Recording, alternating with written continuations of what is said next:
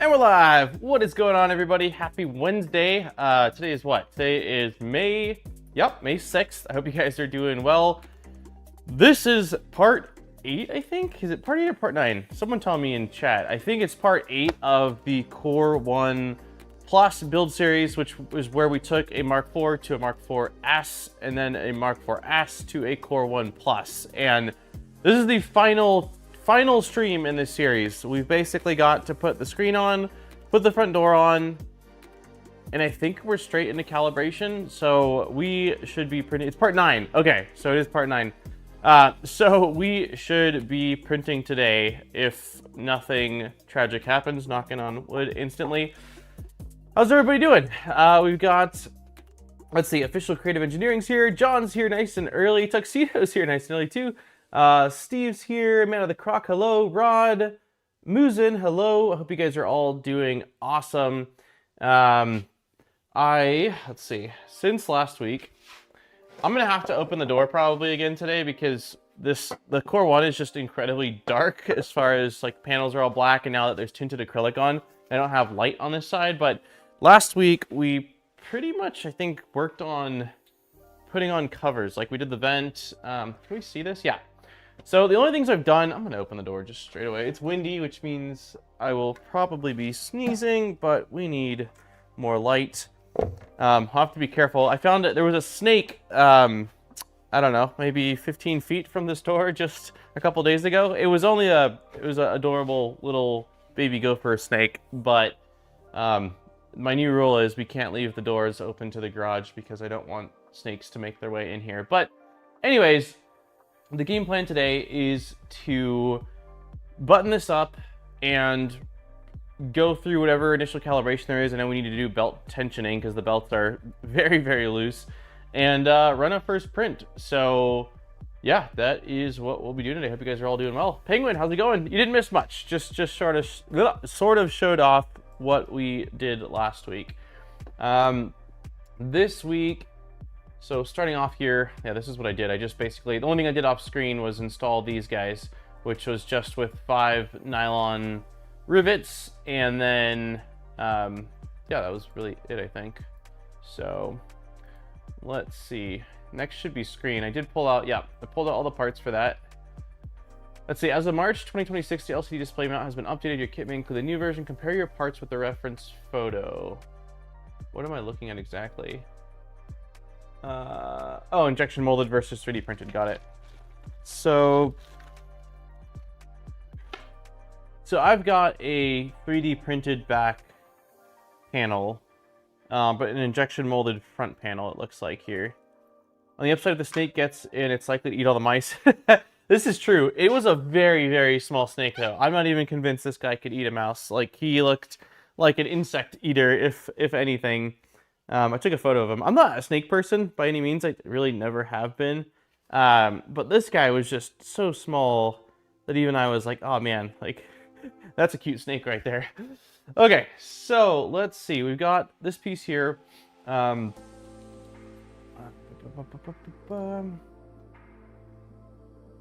see. We recommend placing the front down on a cardboard edge. Okay, so let's. Do I have? Got some cardboard. Yeah, I can use this. Let's see. Let's take this as trash. Close up this box. All right. So it wants us to place. I don't really have enough area here to do this without this falling off. Let's scoot you back a little bit. Maybe. It's still a little sketchy. I might just do it. Here, let's scoot this out of the way. Let's put this like this, and then I'll move you guys a little bit closer. That'll work. That'll work. All right. So it wants us to place this guy right here, and it says remove the screen cover, which we don't have. Ours is an older screen, and then basically insert the screen. So like that.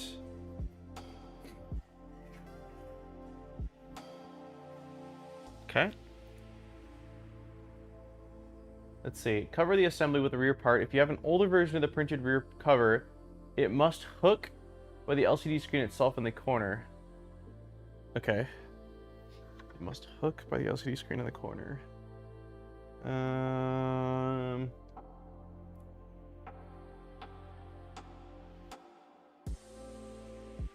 Okay. I don't know exactly. Did that hook? It seems like it's in place correctly. Okay. Hey, Shrimp Father. All right, fix the parts with 3 screws in the openings. Do not insert one into the top left. Sweet. So let's grab our... Also, I gotta share because I'm excited. We're making really good progress on fish tank build. So let me show you guys where we're at. It is very close. Let's see, garage.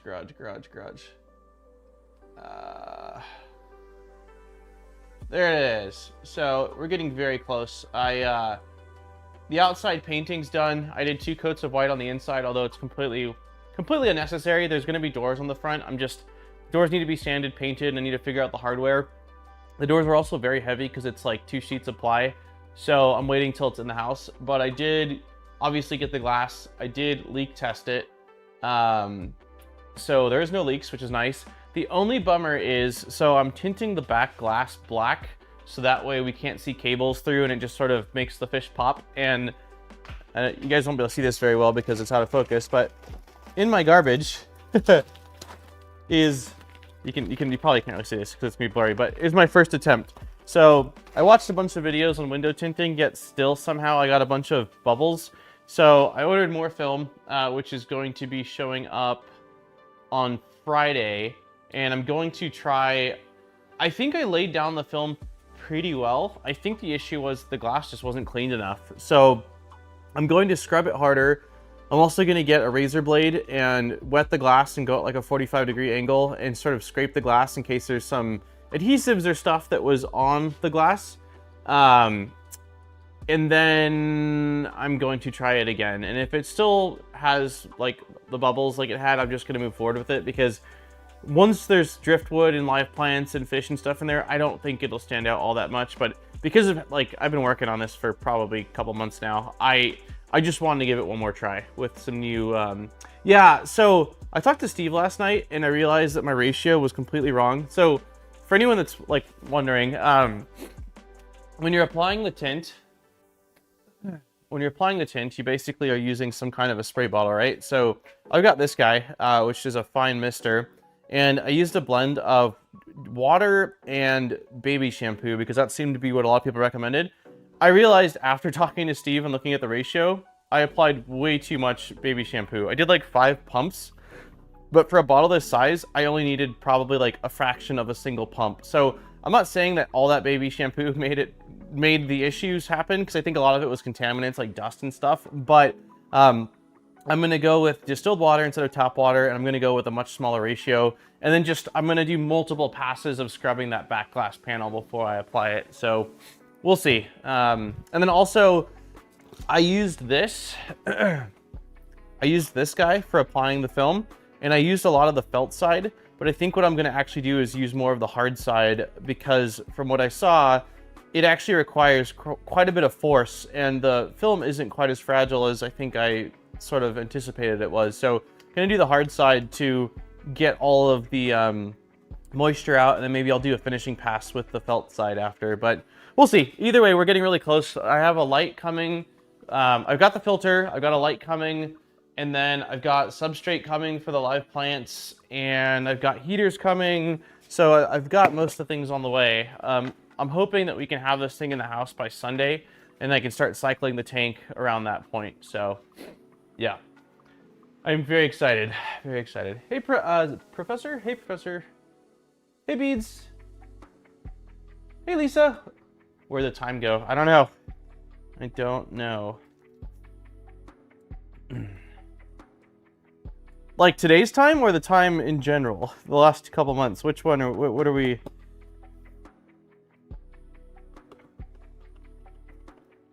Jackson is starting up swim again. We are doing a trial run tomorrow, and because he is now 3 years old, he has we're gonna try him in a class where we're not in the water with him, where it's him and an instructor. So we'll see how that goes.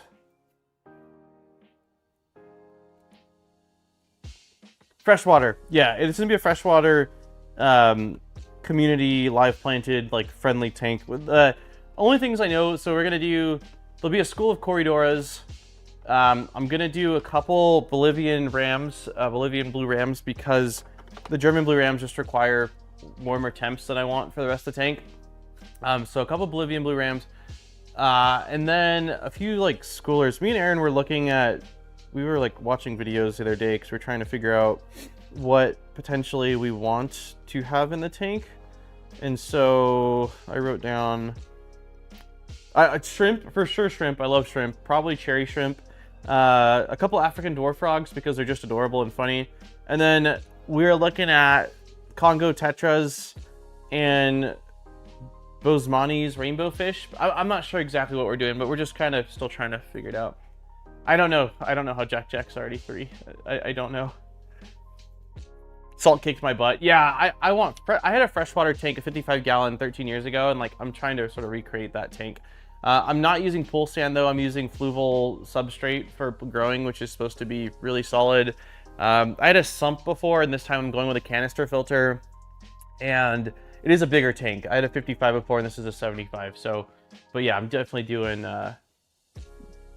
fresh. I got a reef tank doing well right now. Nice. Yeah, I love saltwater tanks. I think they're beautiful. The fish is absolutely gorgeous. The corals are insane. Like, it's such a, I mean, saltwater's, the fish are incredible. But yeah, from the standpoint of like, I guess a little bit cost, but more just what goes into it, I'm just doing fresh. Yeah, the shrimp are awesome. I really love the shrimp. I had ghost shrimp before, but this time I think I'm gonna do cherries if I can find a shop here that has the cherry shrimp. Okay, let's move to the 4th screw opening. This is a screw where we'll attach the grounding fasten connector. Using needle nose pliers, carefully maneuver the grounding fastener connector over the screw opening. Secure the connector in place. To prevent damaging of the surrounding electronic components, be careful. Make sure the connector doesn't spin when tightening it. Okay. Oh, it needs to go underneath. Okay. So this guy is going... Wait.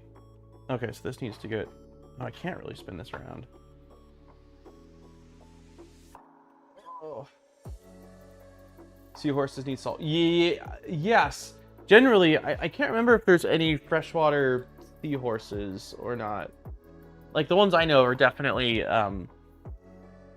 definitely salt. They do have freshwater puffers. There's, if you want to see an adorable fish, I think I might have showed it on stream actually already. We've done a lot of fish talk over the last little while here, but the pea puffer is an adorable little puffer fish that I would have loved to have had, but they're, even for how small they are, they're just incredibly aggressive. So you have to basically have just a tank with a pea puffer, which is why I'm not doing them. But man, they just are the cutest little fish. Yeah, pea puffers are very, very, very, very cool. Okay, so I'm not gonna use needle nose while I'm tightening this down. I've got enough room to just basically use my fingers. Let's see. So yeah, I'm just gonna use my fingers to hold the grounding piece in place, and I'll tighten this down. Okay. Okay, I think that's plenty tight. I don't want to damage anything. That seems fine. Okay, so we got our little grounding piece in there. We need food talk again. I will start. Aaron made a phenomenal chicken fajitas for dinner last night. It was absolutely delicious. I just had taco and everything, and an everything grinder. What is that? An everything grinder. Hey Kenneth. Okay, where the flat part of the encoder shaft, rotate the encoder so the flat part is facing up. There's a small, wait, what? There's a small gate scar on the injection molded knob, which can serve as an orientation mark. Okay, so it says flat part facing upwards. Okay, put that down. Let me throw this bag out. Ah.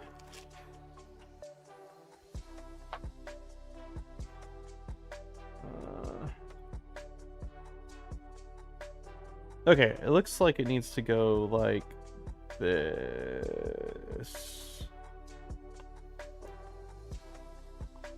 Is that it? It doesn't go in further? Huh. Okay.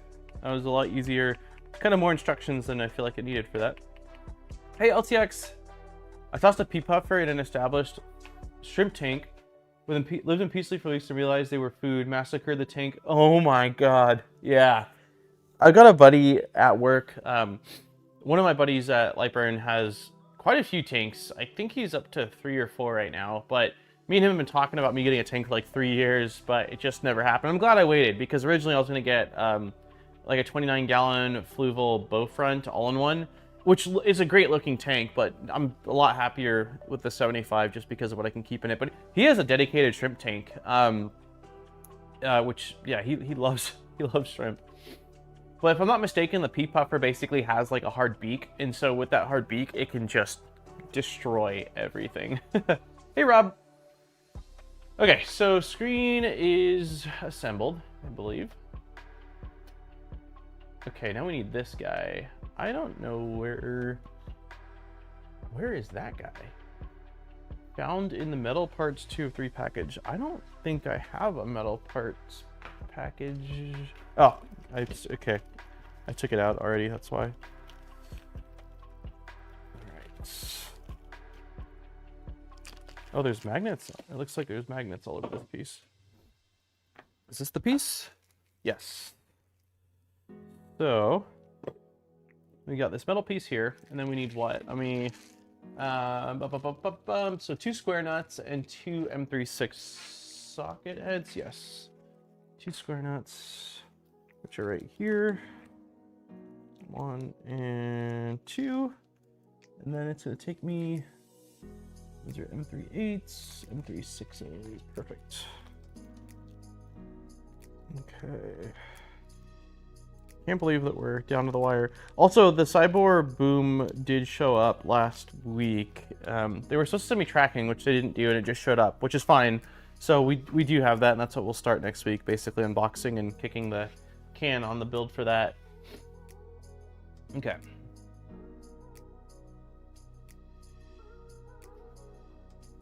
For new injection molded LCD display, insert 2 in the dedicated. Okay, so we don't have the injection molded, so we do need to install, yeah.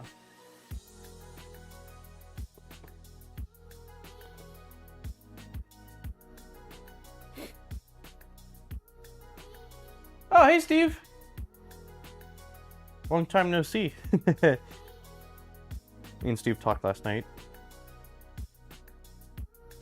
There we go. Let's try this. There we go. The other one goes in, looks like on this side.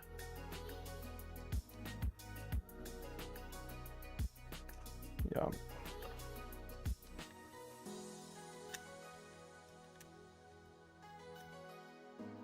Maybe?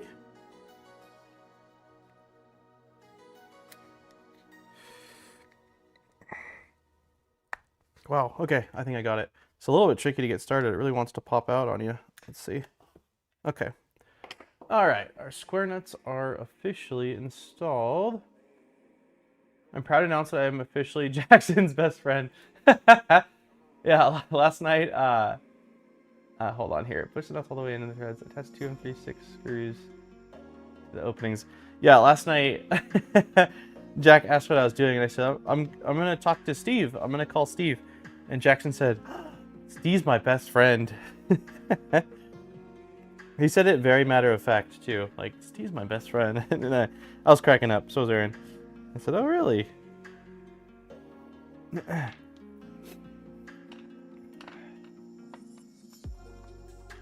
Yeah, he definitely says some things sometimes. I'm like, that is adorable. We got all the mulch moved. I think we were moving mulch last time I talked to you guys. Yeah, it was Tuesday and Wednesday that we were moving mulch. We got it all done.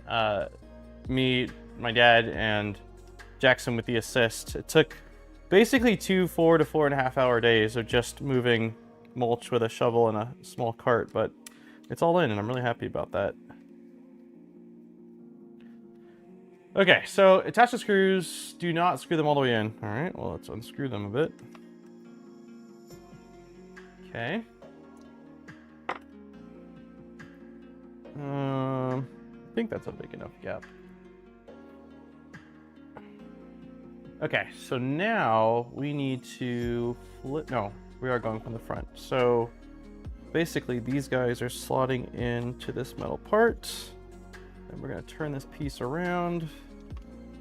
Like, wait, that's not right. This piece needs to be looser. There we go. Okay. Slide them into the assembly, push the screws all the way in there, and then tighten them. Yep.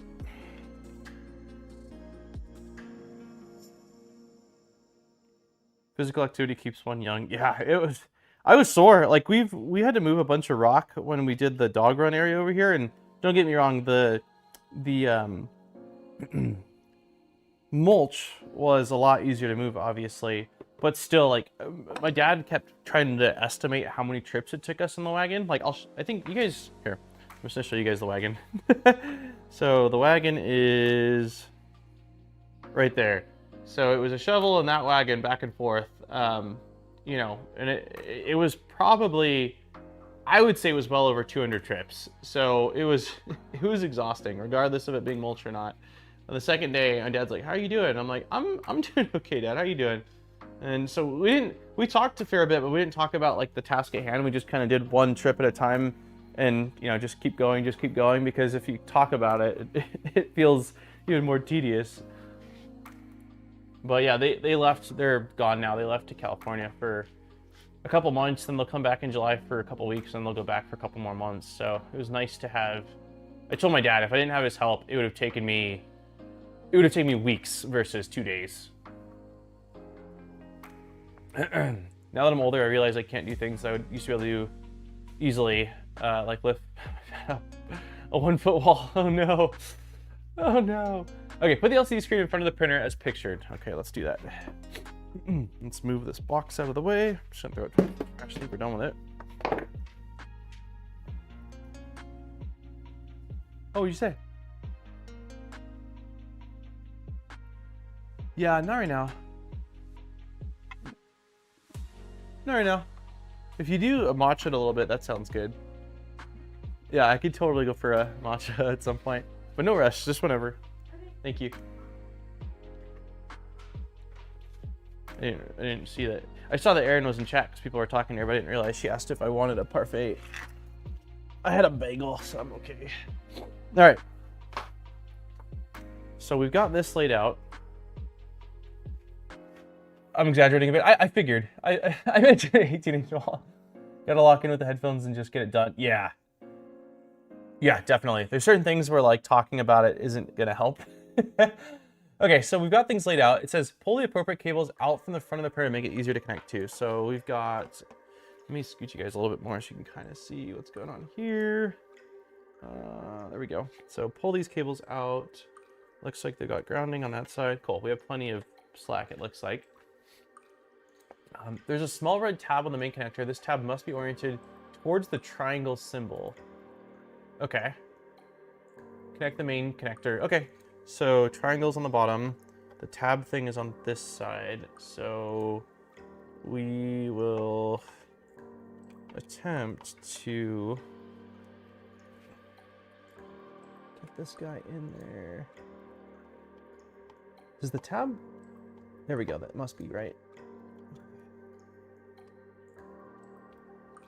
Okay, I think that clicked in there. So that should be fine. And then connect the grounding cable. Let's see. Ta-da! Okay. Those cables are in. Like that. And then what's next?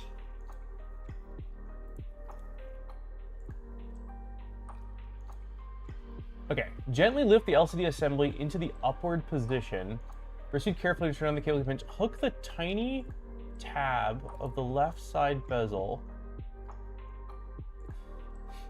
Gently lift the bottom LCD assembly to allow for a smoother tab engagement. Actually, we're going to hook the tab on the right side of the printer's profile. Okay, we'll try this.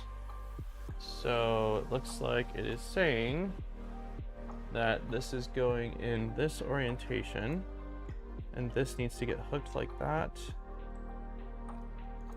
and then like that. Is that it? Is that really it? It just sort of fits in with magnets like that?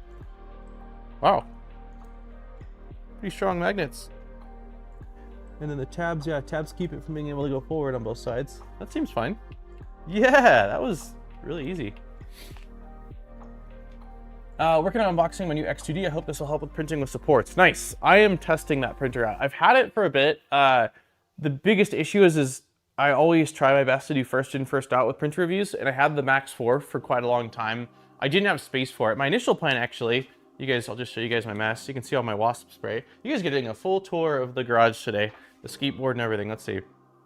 So yeah, I originally thought I was gonna just keep the Max 4 down here and use that little table that the tiny laser engraver and the cans are on. I've used that table, or that cart, I guess it's more of a cart than anything, for some printer reviews in the past on some larger machines, but dude, the Plus 4 was just way too big. Once it showed up, I was like, my measurements were wrong. So the Max 4 took priority because I had it in longer, but the X2D, I'm making good progress on it. Like, it's been unboxed, it's been set up, I've had all the machine footage for a while, and now I'm just running through prints. So I'm hoping, my initial goal was not this weekend, but the following, but I think it'll be a few weeks beyond that. I'm working on another video at the same time, so that's probably gonna go first, but I am working on it. I will say that I like the printer a lot so far. I have a little bit of question when it comes to, like, do I think it was the right call to add a Bowden's for the second head? I think I would have preferred slightly slower printing and like more weight on the tool head and just have 2 direct drive. But I do think for a lot of people, especially that plan on using it for more functional or engineering parts that need just a tool, like they're mostly wanting a single head with a second head for support material, that the auxiliary extruder is going to be perfectly fine for it. Are you getting the canvas for Elegoo? I have a CC2, but cost is appealing. So I have it, Lisa. Yeah, I do have the canvas for the Elegoo Centauri 1, and I will be doing a video. It's one of those things where, like, I mean, it's like not a bad problem. It's not a bad problem to have, but what always ends up happening is I typically have lots of video ideas, right? Like, I think right now with my schedule of doing a video every other week, like, I'm pretty much good for like 6 months. I probably am good for the rest of the year. And that's not just with like products, that's like projects and stuff like that. And so what ends up happening is, though, there's like a lull, right? Where I'm like, cool, I've got my schedule. And then all of a sudden a bunch of stuff comes out. So it's like with this, it was a couple printer reviews. It was the Elegoo Centauri Carbon canvas upgrade, and then 1 or 2 other things at the same time. And so it'll be a little bit before I can actually get the video, but I'm hoping to do, the video is largely going to be, it's here, here's how to install it, and then a couple of prints and my thoughts on it. I'm already very familiar with the canvas, right? It's the same canvas. From everything I can see, it's the exact same canvas that's on the Centauri Carbon. That was so fast. Hold on, Aaron made me a matcha. Oh my goodness. Oh, thank you so much. It looks delicious. So from everything I can see, it's the exact same unit that's on the Carbon 2. So I know its capabilities and its limitations, and I have no doubt it's going to work well. The main things that are going to be different is there's obviously some differences with the tool heads. Not a lot, but some.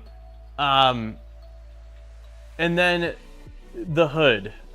There's obviously it doesn't have the big hood on it. So yeah, but I guess long story short, sorry Lisa, I have it and I'm going to do something on it. It's just going to be a little bit. That's my goal. I wanted the heated chamber, but not the price of the H2D. Yeah, the cooling on the X2D is incredible. I don't think I've ever had a printer that has auxiliary fans on both the left and the right side. It's wild. So yeah, like cooling, heating, like it's, and also I know that I never had issues with the carbon rods on the X1 Carbon or like P1S, but I know there's some people that just were like, no, they're problematic, they require a lot of maintenance. And so I think for some people too, just having linear rods for the X-axis as well, like that's going to be a big, like nice thing to have on it as well. So yeah, I love, Aaron makes matchas. I'm not doing I'm not doing much coffee anymore because of my stomach stuff, so I'm not doing really heavy caffeine, so it's a lot of teas, but matcha is like, oh, God, I love me a matcha. Hey, Steve. I love my X2D. My best friend bought me one, and it's been printing foreign parts nonstop. Nice. That's a nice friend you got there. Hey, Deanna. Yeah, it's a solid printer. Like, I know that a lot of people are like, oh, Bowden, and I get it. Like, believe me, if I didn't have to, I would opt to not. But for the type of person that, I mean, it's basically an X1 Carbon that's got a lot of upgrades, like a ton of upgrades. But yeah, if you compare it to like something like the H2D or whatever, sure, there's things where it's like, oh, the H2D can do this, but the price is also substantially different. So I get that it's maybe not for everybody, but I think that people are making more of a stink about the Bowden extruder, which is not the primary extruder. It's an accessory extruder than really necessary. It's still a phenomenal printer from what I'm seeing so far. So, guten Morgen.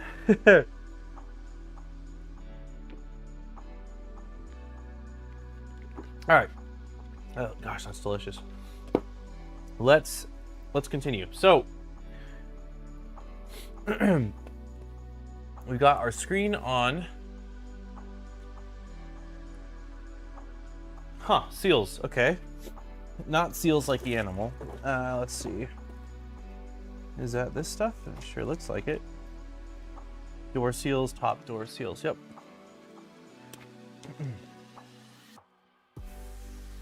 Okay. Let me open these up really quick.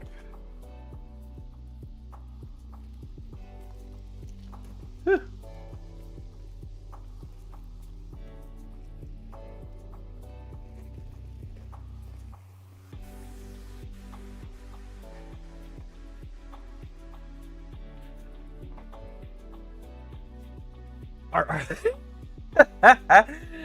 Yes, John. All the RRRs. Okay, so we've got these guys. Take the shorter seal, which is this guy. And let's see. Peel off the start of the protective foil. No need to remove it entirely yet. No need to remove it entirely yet. For easier installation, you peel it off gradually. Start applying the seal along the top edge of the printer's frame. Begin offset from the corner by distance equal to the seal's thickness. So, got it. So overlap it a little bit is what it's saying from the top there. Okay, we can do that. Let me move you guys up a little bit.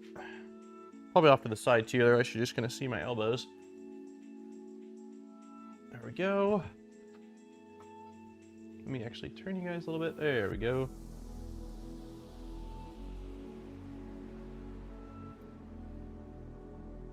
Armor, what's up, buddy? All right, so we are overlapping this ever so slightly. I think that's probably good. There's no gap. Yeah, it looks like it's right along the edge outside of that. So I am going to start peeling. Oh, hello. Okay, we'll just use my thumb as, oh man, it's not flush with the edge. I think it's gonna be fine. Oh my God, it's peeling fast. Peeling so fast. Oh no. It's going fine. Everything's fine. Everything's fine and dandy. Yeah, that's fine. That's good. That's good. Okay. I'm so tired I could sleep for a week. Is it from all those trade shows you've been going to? I've mentioned this. I've said this so many times. Like, I get that, like, for a lot of people that just maybe see me in small bursts or like pop into live stream, like, yeah, man, that Daniel guy is a real like talkative extrovert. It is not the case. I am incredibly introverted, and when I'm not doing this stuff, like, I am up in the dungeon upstairs by myself and completely content. So I love going to trade shows, but I get very overwhelmed by large crowds of people, and it's a major sensory overload for me. So when I was doing trade shows, like especially when I worked at Matter Hackers and I was doing a lot of trade shows, after getting back from a trade show, like nobody talked to me for some days. I just need to be in isolation. I find it exhausting. It's a lot of fun, but also exhausting. I bought a cheap one, 2.4350, and I've been rebuilding it from the ground up. Nice. The XUD has been instrumental in that, and yes, very good friend, more like a brother. Nice. That's awesome, man. Yeah, that's super cool. I mean, there's a lot of the builds that I've done, I've used the bamboo printers to print out the parts. They just print out ABS and ASA like, you know, nobody's business. Apply the seal on the top edge. Cool. We did that. We're good. Okay, so now we are going to do the same thing. Apply the long door seal, basically butting it up against there. Okay, cool. Yeah, it's just rinse and repeat. Rinse and repeat. So we'll start by peeling a little bit. Every stream and event is followed by an extreme veg session. Yeah. Well, I don't know. I could not keep up with Steve how many things you do. Like, you, even if you do get tired after the events, like, you're able to handle them a lot better than me, because some of the things you've pulled as far as like going to close, like events so close back to back, there's no way I could do it, man.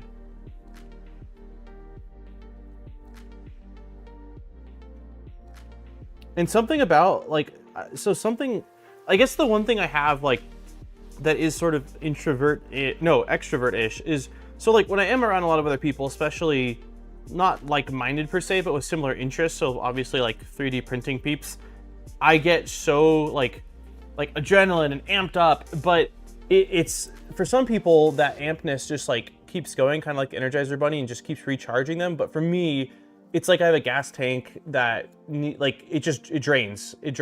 Even if I'm really enjoying the conversation and it's a ton of fun, I just can't. It doesn't keep refueling for me.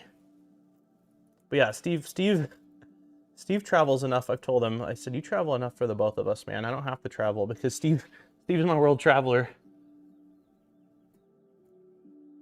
Oh, this goes beyond. Is it supposed to go that far down on the bottom?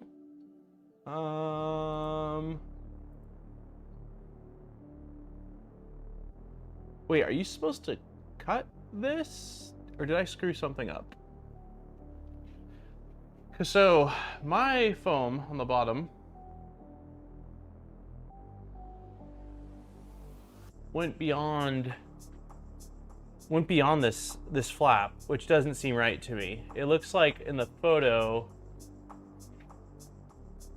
it's supposed to stop above that flap. So I've got probably an extra 20 millimeters. Like if you look at this guy, oops, I can't really zoom in further than that, but it stops right here. Mine goes quite a bit over there. So I'm probably just gonna cut it. Oh, with needle nose pliers, trim the excess. Yeah, I tucked it behind.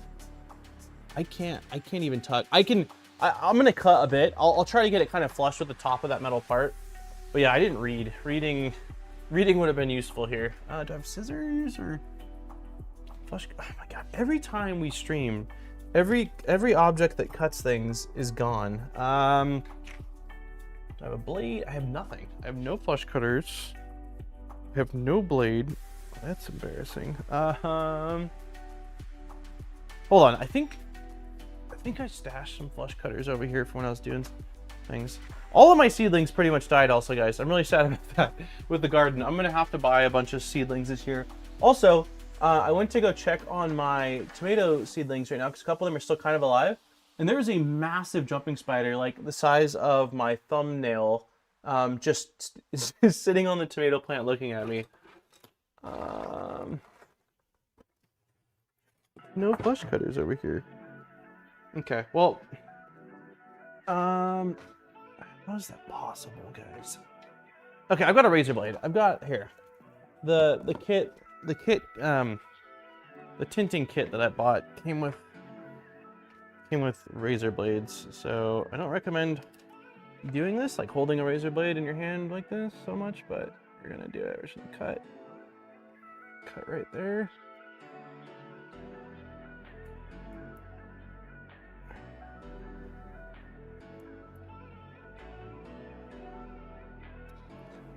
This is some strong tape.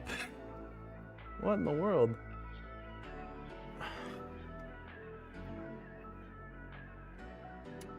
Come on. There we go. Okay, that worked. Make friends with him. I don't, so although jumping spiders, like this guy's pretty large.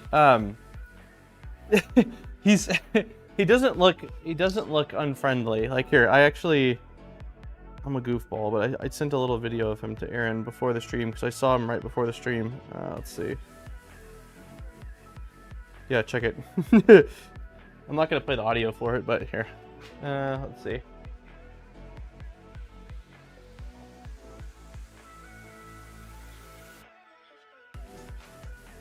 You see him? He's pretty good size, man. He's definitely not a small spider. I was like looking like, what the? You could see him. Yeah, he's a good size. He's a good size spider. But yeah, he doesn't. We have wolf spiders here. I'm not a big fan of them. They run way too fast for me. But the jumping spiders are pretty friendly. There's one that lives on the blackberry plant in the backyard. Yeah, very hairy. There's a Netflix cartoon called, oh man, Jackson's watched it a few times, and it's about a jumping spider. Netflix cartoon. Jumping spider. It's called Lucas the Spider. And so ever since watching that, yeah, I mean, look at how look at this guy, man. Like, it's adorable. So yeah, I think that kind of made me like jumping spiders even more. Yeah, Lucas the Spider. That's it. Yep. So, all right, let's enough talk. Let's get the last piece of tape on.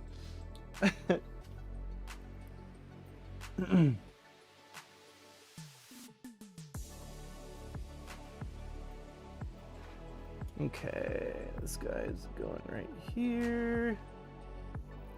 Like that, perfect. And then I will just use my finger as a guide.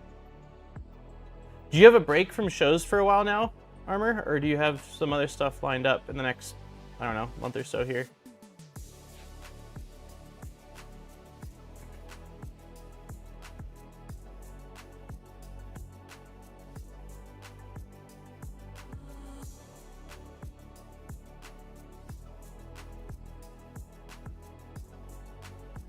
Okay, that looks pretty good. Crib trigger warning. Sorry, I don't normally show spiders. Next show is Murph, then Open Sauce. When is Murph is in... Murph's got to be this month, right? Or no? I mean, it used to be in April. Hey, Scott, how's it going? How did I end up here? I don't know. He took a wrong left turn. Took a wrong left turn.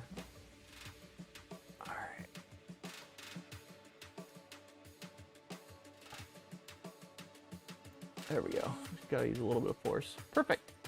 Ta-da! All right, let me put this blade away before it hurts anyone. Oh wow, it's in June. I got it. Okay. And then you said what was after that? Open Sauce. Open Sauce is when? July or August?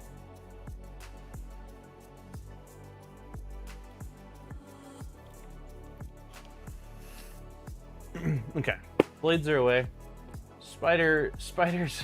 No more spider talk. Sorry for anyone that has extreme fear of spiders. July. Okay, got it. All right. We've got our film on. We don't do the Lone Star Expo. Then I have a break until 3D Printopia. Nice. Okay, so for the following. All right, I gotta find some stuff.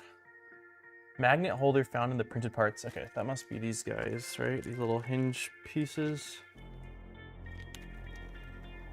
I guess they're not really hinge pieces then, but we got those guys. Okay, magnets. I'm pretty sure. I don't actually know. Where the magnets ended up.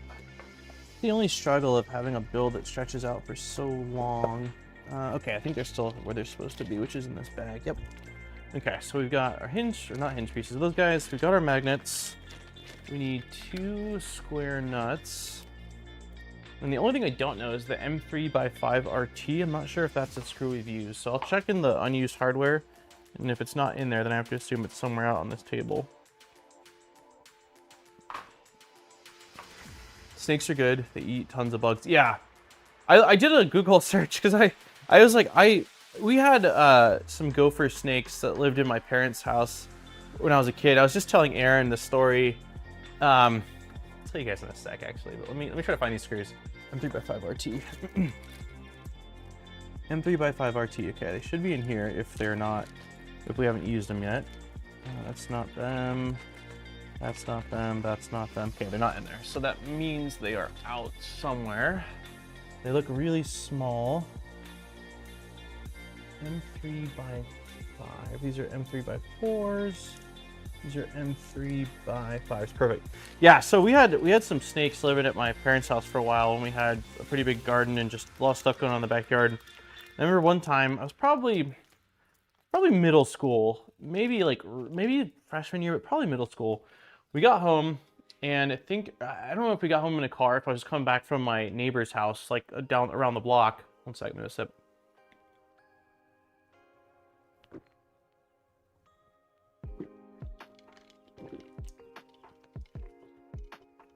So we ran up to my house. I ran up to my house. I was in the front. And we always used to go into my house through the side gate. We never went through the front door. So it was like side gate, and then we go in through the garage.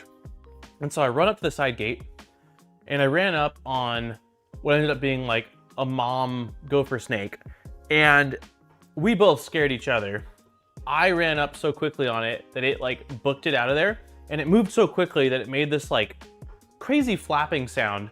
And I remember running up to it, like running up to the gate, all excited to get home, hearing this crazy sound, looking down, seeing the snake, and just screaming at the top of my lungs, like you would think, like it was the girliest scream ever. And I remember like my heart like pounding, and just looking back at my buddy who was like in tears laughing at me. But yeah, we had some snakes there, and they were always really friendly. But I did Google, like, what am I supposed to do if I find a snake, like a gopher snake in the backyard? And everything online says leave it. Like that's a great sign that you have a gopher snake in your backyard. I cannot repeat, like, it was such a genuine scream. There's no way I could do it again. I'd have to run up on another snake unexpectedly to recreate that. Only snakes we have are ribbon snakes. They're non-venomous and very shy. I have never heard of a ribbon snake. Yeah, I just wanted to make sure it wasn't a rattlesnake, because when I saw it from the distance at first, like, the colors are quite similar, but when I Googled, you know, rattlesnake versus gopher snake, and I saw the pattern, it's very different, the pattern. Also, I wasn't sure if baby rattlesnakes had their rattles yet, and it seems like they do, and there was definitely no rattle on this guy's tail. I'm not, nope, sorry, Armor. Sorry, buddy.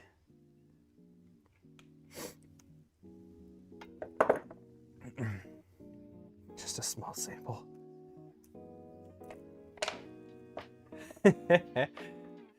Nice try. Are you excited to have this upgrade completed? I am. I'm very excited. Not like the build itself hasn't been bad at all. It's been actually really straightforward. But I'm just excited to have it done and actually print with this. I've never gotten to print on a Core 1 or Core 1L or any sort of Prusa Core XY, so I'm very much so looking forward just to seeing sort of what it's like and how it works and stuff. And I've also never had a, you know, enclosed Prusa, because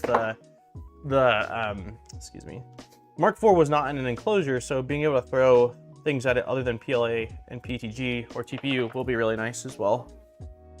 What's the first print gonna be? I don't know. Something simple, something small, just to make sure it's all working correctly. The only concern I have is, one second here, just let's see. Push the nuts all the way in, insert the magnets and the corresponding holders, push them all the way in. Okay.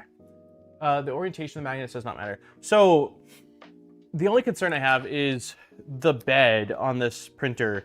When I did the conversion from the Mark IV to the Mark IV-S, just, you know, we finished that like a month and a half ago, I tried to print out just a benchy, and I was having the worst first layer adhesion, which is not, like, the first layer was laying down fine as far as distance goes.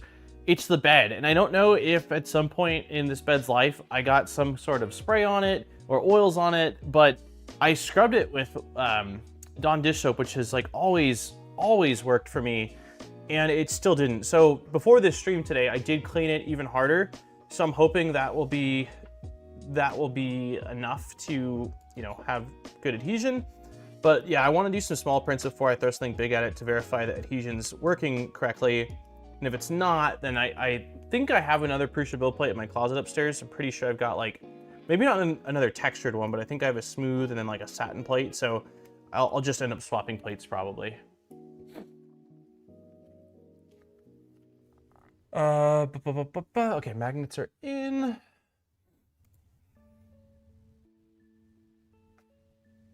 Let's see. From the inside of the printer, insert the magnet holder in this corresponding bottom opening in the right profile. Ensure the protruding rectangle pocket fits. Okay. If you have an Ender 3 laying around, you should look into the Virtue E3. I know we spoke a while ago about the E3, but it would look into that. I just started mine last night. Wait, it's also from RH3D, so it's a new printer build?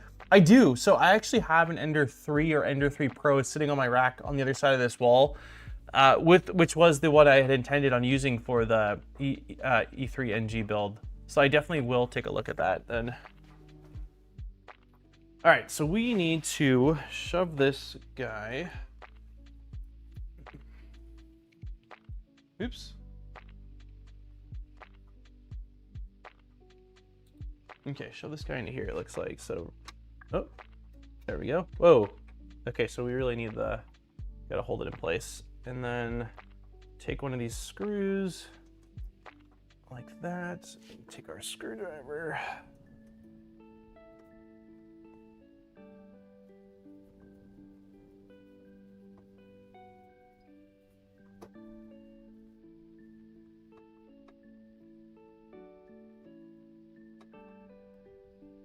Okay, that's plenty tight.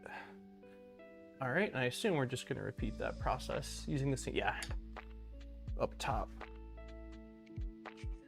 There we go. Sit and focus, kind of, sort of, probably good enough.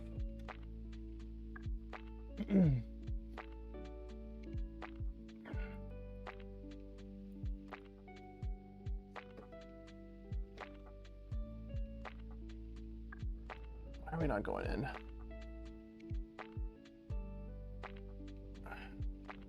There we go.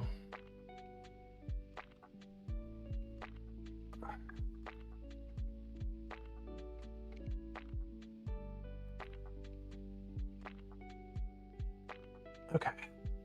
I often use a magic eraser when I have issues like that. It's very slightly scuffs the surface and helps a ton. Interesting. Like one of the white erasers, like for pencils? Just cook the build plate at highest temp for about 10 minutes. Yeah, he just released it last week. I think it's pretty sweet. Mine is all-wheel drive, Goliath CPAP. Holy cow. Holy cow. That's wild. Is it still like mostly printed, sort of? Because I remember the Ender 3 NG had a lot of printed parts to it.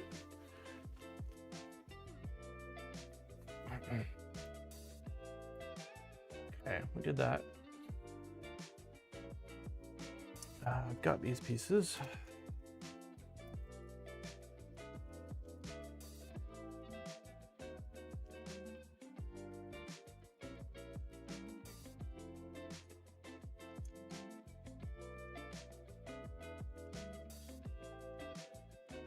Okay, so we got our hinges. It looks like here's our pins. And I'm gonna need 2 more of those same M3x5 RT screws. 1, 2. And then the screws are right here. Honestly, I really like the Frostbite Glacier plates. Yeah. I got some plates in from Ibis, and I'm gonna be doing a video, God, I don't know when, but with some Snapmaker U1 upgrades, and that will be one of the things that we'll play around with on that.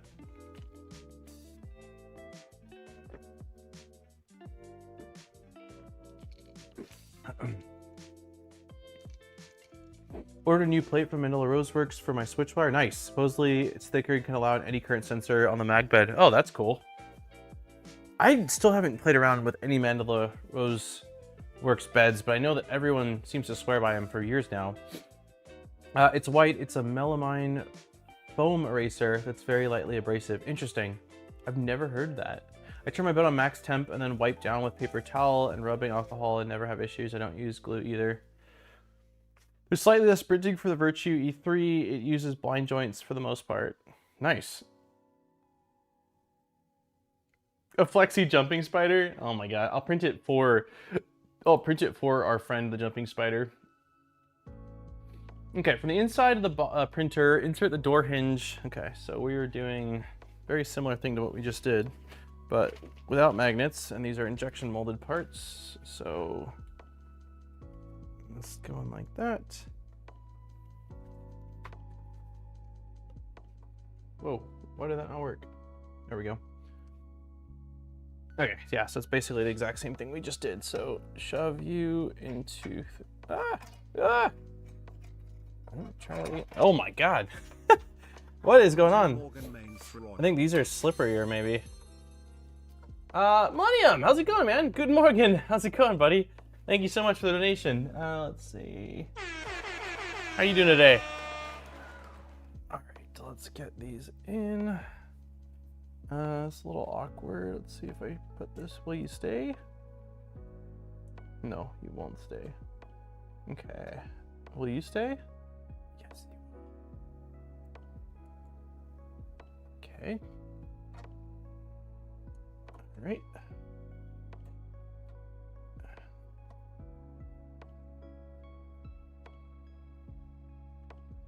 Huh, that piece wants to rotate. It's definitely not a perfect fit.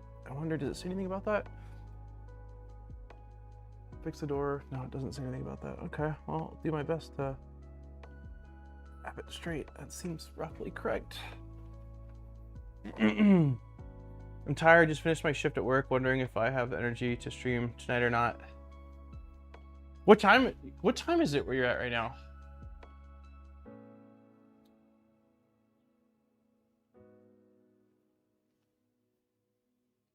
I can definitely understand that struggle. I stream on Wednesdays because today is my, oops, I need to go further down a bit. This is my day off. I would have a hard time doing both on the same day. I have before, but I definitely prefer not to. Okay, so let's get the other screw prepped.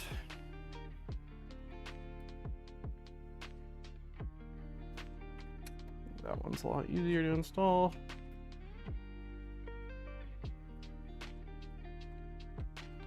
I have an hour to decide. Oh man.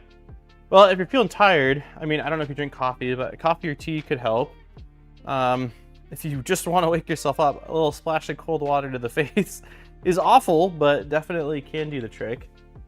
That's what my dad always is like, are you cold? Just throw some cold water on your face. I'm like, that sounds terrible, Dad. He's not wrong though, it definitely does instantly make you feel awake.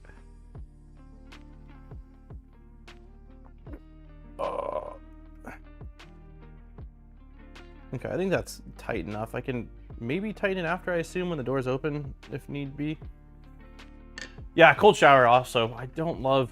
The only time I don't mind a cold shower is like if I know I'm going to sleep, because a warm shower before bed to me is awful. I don't like crawling in bed warm, so a cold shower can be kind of nice. All right, so we've got those installed. There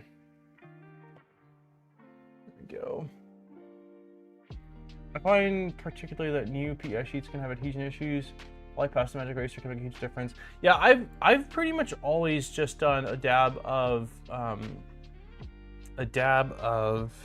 Dawn dish soap and lukewarm water, and then drying it with a paper towel, like for years and years and years. It like works nearly always. Okay, align the door hinge with the door. The chamfered edge of the hinge should be inserted first to make it somewhat easier. Okay, insert the pin from the top of the door, hinge out, guide it in through, and use a tip and those pliers to press the pin in securely. And then repeat or what? Using the same technique? Yeah. Okay. So it's hinge time. So it looks like orientation wise, let me go back to the previous page, but I assume they're going in the same way. Yep. Okay. So this is just going to sit right there. Oh, okay. So it's not going to sit anywhere. Oh wow, that goes in really easy. Okay, so let's put you back there. There we go. And it says use the needle nose pliers to just use this. Oh, geez. Okay. Wait. Did I screw this up? Why is it? Oh no, is that normal? It's like kind of a hard open? Okay. Interesting.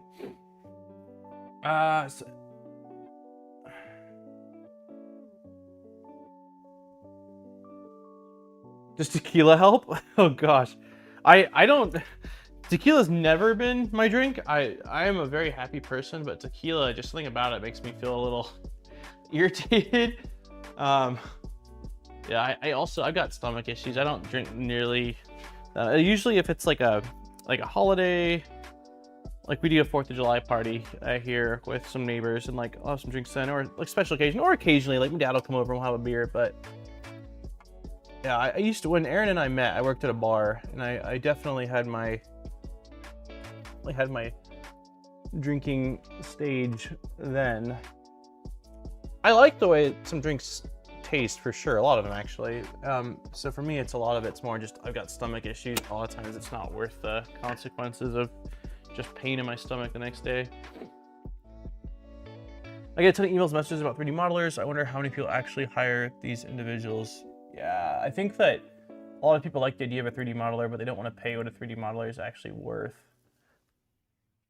Because it's not, it's a skill. I mean, it's a skill that takes a lot of time and practice to really get good at.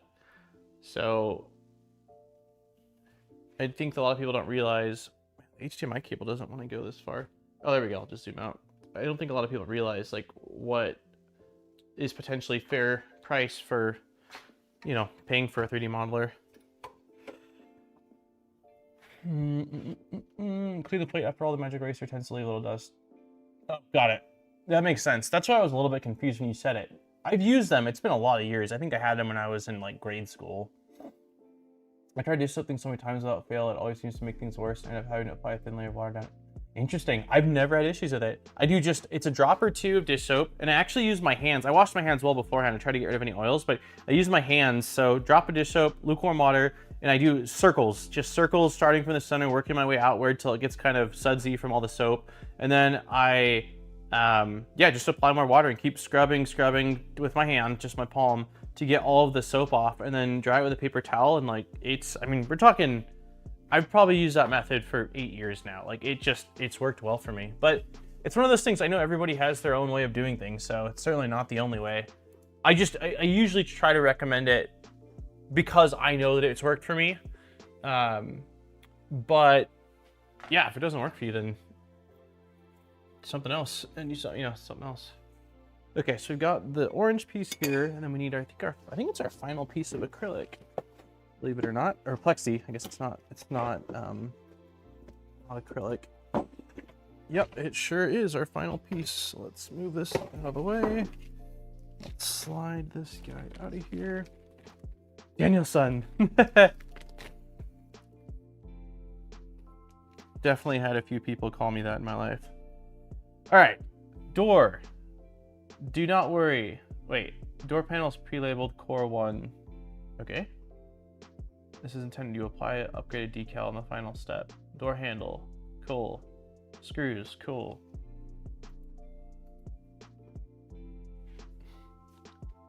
Door panel is protected film on both sides. One covers just to peel off the film covering the entire door. It's slightly transparent. Wait. The door panel is protected film on both sides. One covers the entire surface, the other just the center area. Okay, this looks like it's covering the entire...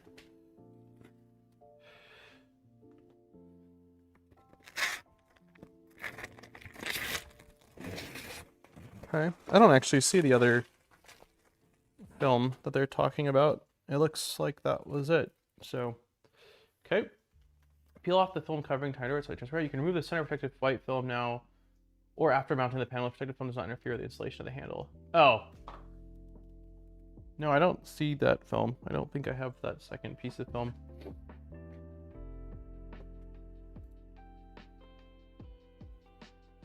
Okay. Align the door with the hinges and the cutouts. So, make sure the door is oriented so the signs on the door pointing outward. So like this.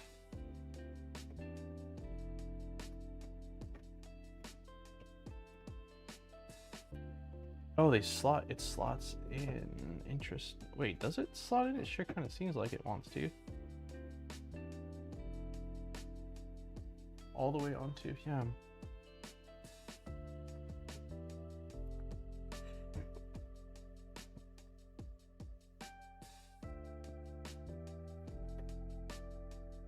Are we sure that this slides on? Okay, no, it does. It does. There we go. Okay, took a little bit more. Okay, I don't want to also hold on. I want to make sure I'm supporting it. It seems like that's slotted on pretty hard, but until I have one screw in, I don't want to release it and crack the acrylic. Okay.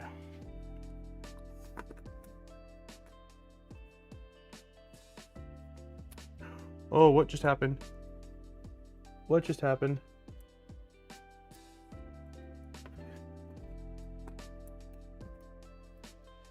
I just dropped the screw. What? I did something wrong. Or not? I'm confused. That was weird. It like seemed like it stripped. Okay. That screw's gone. Let me try a different slot. Maybe I just didn't have it aligned perfectly. I don't know what's going on. Yeah, there's not a lot of like room to try to line up the holes. Okay,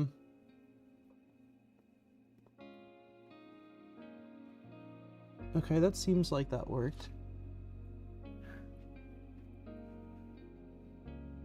So maybe I need to pull this out a little bit. It does seem slightly offset from the threads, but I can't tell if it's just the...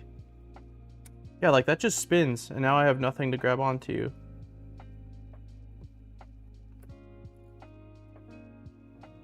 Like, did it strip? I'm very confused. It looks pretty dang aligned to me.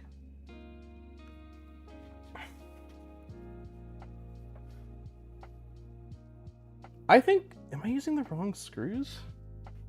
I'm using the wrong screws. Okay. Not by a lot. I'm using M34 RTs instead of M35 RTs. But enough. That's the difference. It's just the 1 or 2 extra threads that it's not grabbing onto. So, cool. I'm glad that that's... Oops. Okay, now I'm dropping the screws everywhere. Yeah, I'm glad that's all it was. Something felt... It just didn't feel right to me. There we go. I'm dropping screws everywhere.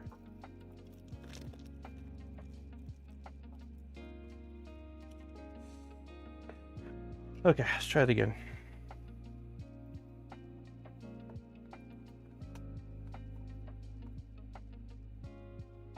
Yeah, that's way better.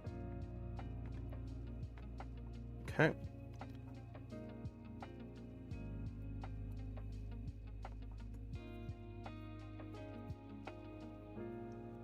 So what was happening was the screw was basically only getting like a thread. And then when I was trying to tighten it even just a little bit, it was basically stripping out that initial thread. But with the correct size screw, it's getting a couple more threads, and now it seems to be gripping just fine. Let's take out the one.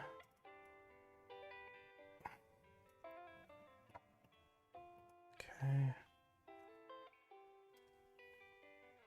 Yeah, user error, exactly. I sensed it like pretty quickly. I think even on the first one, I'm like, something seems off, but I didn't remember swapping out the screw bags in front of me. I thought they were both M35 RTs. Okay, so that's on. Done.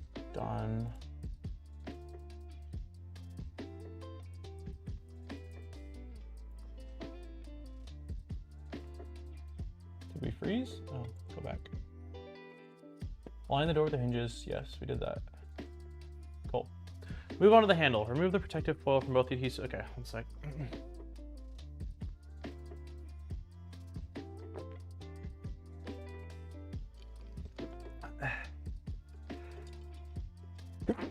Ugh.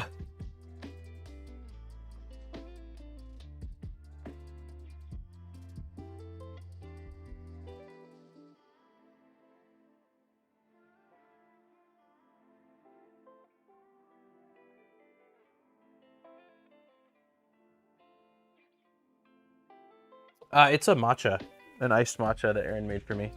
So it's just basically, I think she just does, you know, matcha powder, water, ice, a little bit of vanilla flavor, and then a light dab of maybe some cream.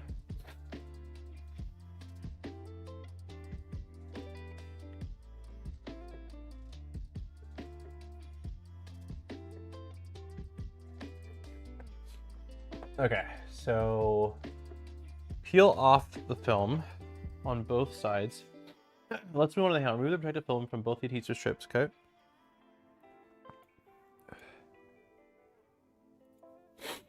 I need some tweezers. I don't see the tweezers.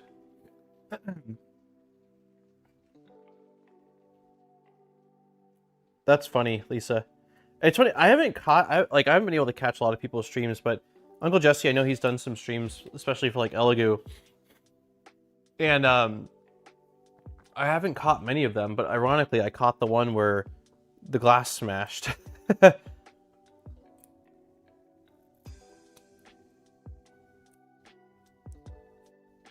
remember being in there in that stream and just thinking, oh my god, I could see that happening to me. Okay, so we peeled off the adhesive, but we haven't applied it yet. Wait, the part of the adhesive will go on the back of the door. Okay.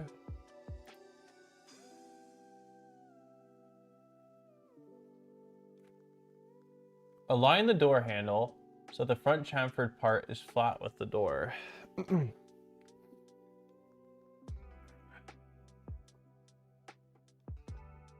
Okay.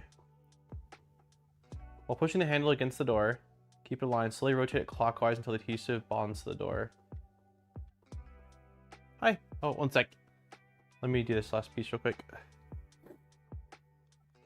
You gonna show them off? Okay. Erin brought out the baby. You want me to show the baby? Okay. You guys want to see the babe?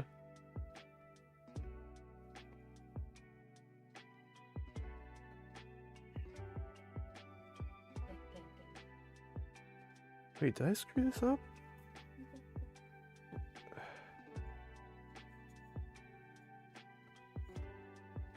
That's not Landon? Big boy. Big boy. It is infectious. Right, a smile. Yeah. You can't help it. I know Lisa wants to see the baby. Lisa wants to see the babies. All right, one sec. I'm just pushing the adhesive on really quick.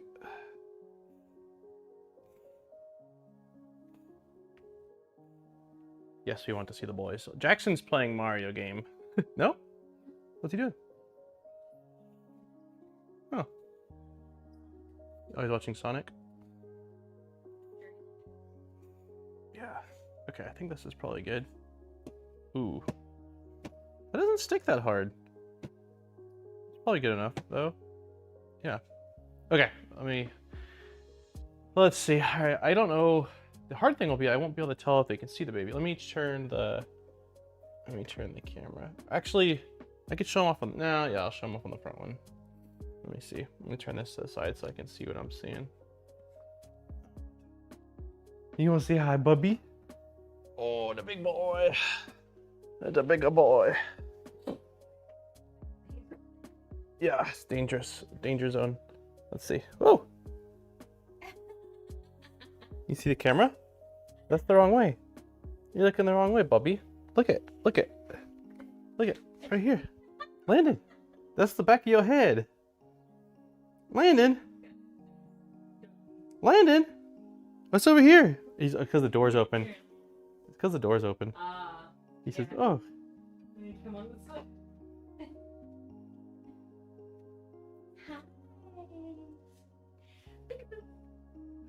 look.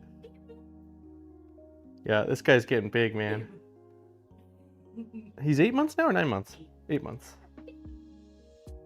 Yeah, he's a big dude. Like, let me see. Look at this baby. This is a big baby. Huh? Can you say da da da da da da da da da? Huh? Da da da da da da da da da. Huh? We still working on da da? That's okay. Yeah, he's a cool dude. He's definitely starting to get more mobile. Still not crawling fully yet, but he's a roller. He rolls around and kind of flops like a fish around. So, you say bye-bye? And bye-bye, people. All right. Oh, jeez. It's like the most awkward. It's dangerous. Thank you for bringing the baby. You guys are not going anywhere before. I'm just going with you guys to... Yeah. Cool. All right. Wish us luck. We're almost booting this thing on. Yeah, he didn't do it right now on camera, but over the last couple days, he has an old man smile. Like when he's really cracking up, he like squints his eyes like this and just shows like full gums and lifts his head up. It's hilarious. Like, I don't know what made him start doing it, but yeah, Erin's there. She's like, I don't want to be on camera right now. Yeah, when he smiles, like it makes you melt a little bit, that's for sure. Okay, we got our door handle on. What is that? No, oh, this is... I don't know where that sticker is, guys. Where... Jeez, that is... Where in the world would a sticker be? Thermal pads, magnets. We might just skip the sticker, and when I find it, I'll slap it on. Unless it's already... No, it's not on there. Yeah, I have no idea where a sticker would be at this point. Yeah. I think if you guys are cool with it, it's the plus sticker goes after the one. Yeah, I don't... I mean, I'm sure it's around somewhere.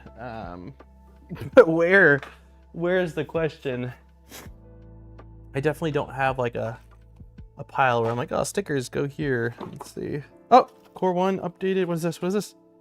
Updated sticker? No way. No way. I think, oh. Did you guys lose? Did I lose you guys? No, it's still there. Your printer won't work without the sticker. I actually found it, believe it or not. Which is very impressive for me. So, okay, we got the sticker. Let me clean this off with my shirt. Okay, remove the sticker from the blue base. Okay. Carefully peel off the transparent. Align the sticker with the one and gently but firmly apply pressure to the sticker. Got it.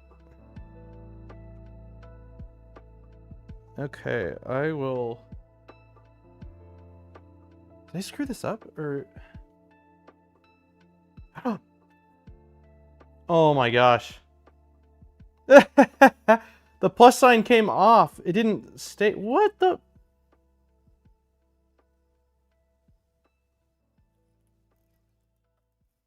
Wait. No, I think we're good. Okay, I think we're good. Hold on.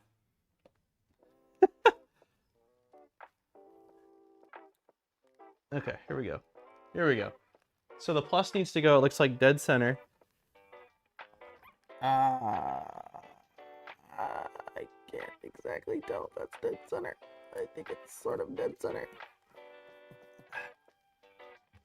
That's gotta be good enough.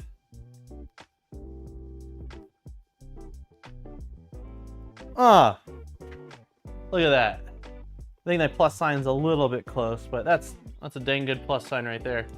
Rotated so it's an X now.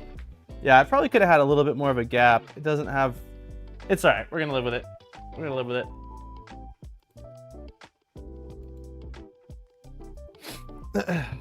The X is done. Eat your gummy bears. That's what it says. Eat your gummies. Congratulations! All right, final chapter, everyone. I think this is gonna be... The chapter will guide you through the calibration and preparing. Yes. Starting with tensioning the belts. The left screws adjust the... So let's open this guy. It's a unique core. Yeah, there we go. It's got a little personality. Okay, so, oops. Yeah, there we go. The left screw adjusts the belt tension. Okay, so this screw right here, and then right screw is for the other side. Sounds good. Double check that the M330 screw and the belt tensioners were lubricated during assembly. Yes, they were.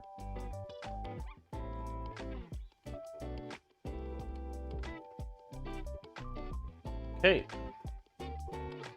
We did that. Before adjusting the belt, ensure the proper alignment of the core XY structure. Ensure the stepper motors are disabled. Yeah, by hand. Okay. Move the neck extruder to the foremost Y position and center on the X axis. Let's do that. I'm also going to make the camera not so crooked. There we go. So, foremost. So it's going to be right there, approximately, and center. I don't know, it looks roughly centered right there. Okay, not in focus though. Holy cow, what's going on here? There we go. Did you get? I did not get the buddy cam. I did not.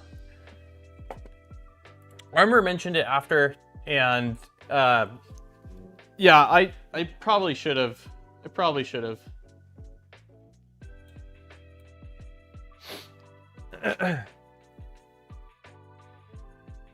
Don't forget to check the updated... Oh! Yeah, the updated belt tension is going to be for, like, the light thing, right?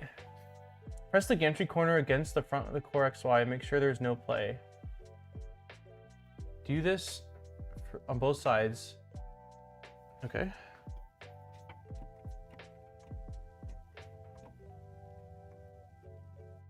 What do you mean no play? There's... Yeah, there's definitely play. So the left side's up against it, and the right side's not.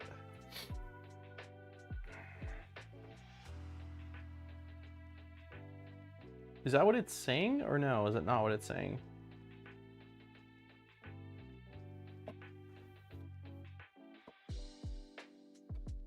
Yeah, it's definitely... The right side's got some play. So if the right side's pressed up against the corner, left side's good. If left side's pressed up against the corner, right side's not good. So make sure there's no play. Just okay. If there is a gap in either side of the gantry, you can try to force it in the opposite direction manually. Fully loosen both bolt tensioners. This will allow free gantry movement. Move the gantry halfway back along the rails. Grab the gantry firmly on both ends and apply gentle counter force in the opposite direction. Okay. When it says have them fully loose, am I supposed to, like, remove the screw? Or, like, because the belts are really loose right now.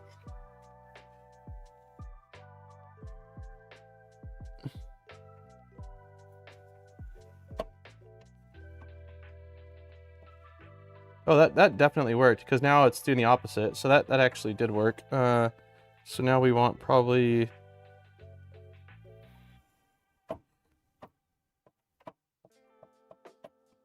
That's actually pretty close. That actually worked pretty dang well.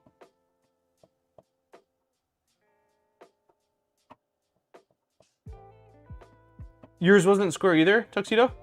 But yeah, this is a lot better. So now when I hold the right side, there's like a teeny tiny tap. And when I hold the left side, teeny tiny tap on the right side. But it's like, I think that's as close as I'm gonna get it. I feel okay with that.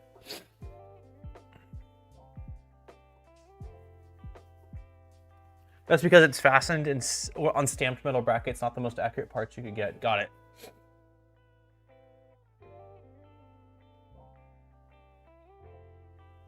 Okay, check the alignment with the belt still loose and carefully push it. Since the loose belts will not pull it all the way, you may need to guide it by hand. Verify there is no gap on either side. Tighten both tension bolts gradually, alternating between them, tightening each by same amount to keep the gantry straight. Okay. So... Wait, which one was the belt tensioner? It's this. Oh, it's the guy. It's these guys inside, right? Yeah, okay. So let's do like a turn, 2 turns.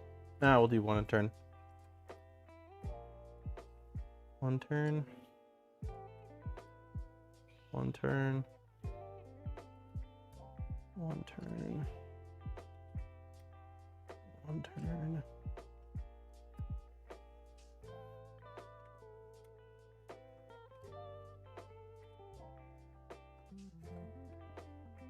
They're definitely getting there. Well, that seems to have basically corrected it. That seems really good, actually. Okay, let's do like 1 more turn. And 1 more turn.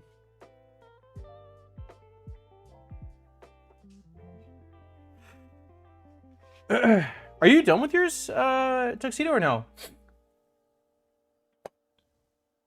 Wait, the VF. Oh, that's right. That's right. It was for the VF. Yeah, I'm remembering it now. Belt tuning wizard. This is it, right? Starting with firmware 6.2, belt tuning wizard, navigate. Okay, so let's try to do this. I'm gonna need a couple of things here. One, I need power. Let's see.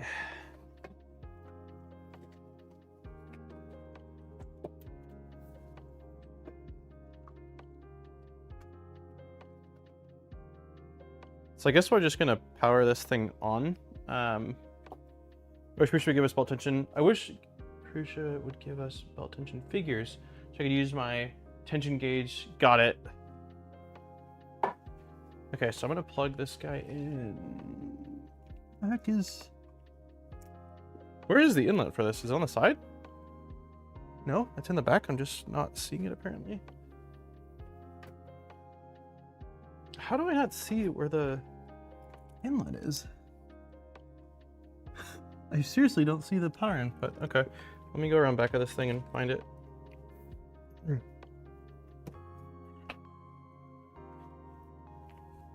Oh, it's because it's on the inside.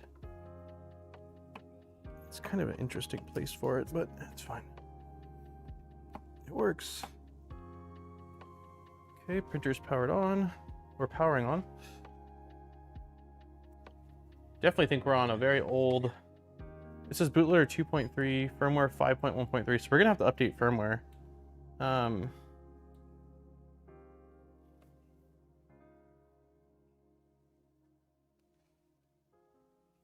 pretty sure the firmware on here is for like Mark IV, since that's what we were using before. So we'll need to go through this.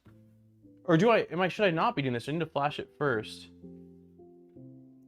I don't actually know.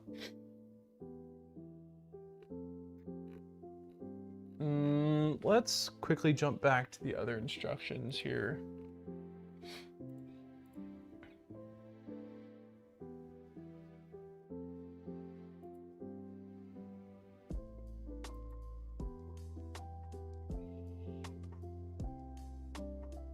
Okay, I'll install it after. Okay, here we go. We'll have to upgrade the firmware. The Core 1 Plus requires version 6.4 from the new. Make sure the firmware is compatible. To download the latest firmware, visit the Core 1 support page. Download the latest firmware.bbf. Okay.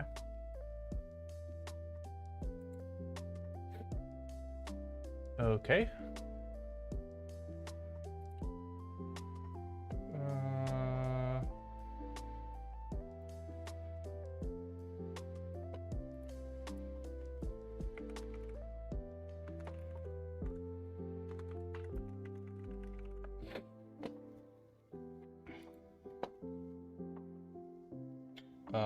What? Why is it 404ing?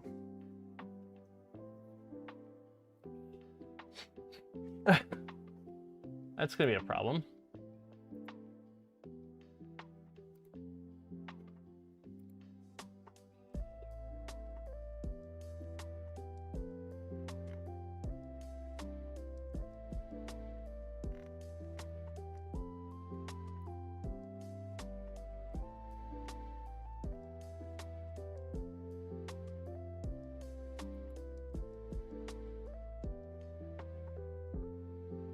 Drivers and firmware.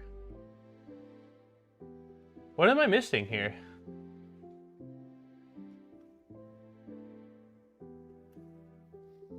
I don't see any firmware.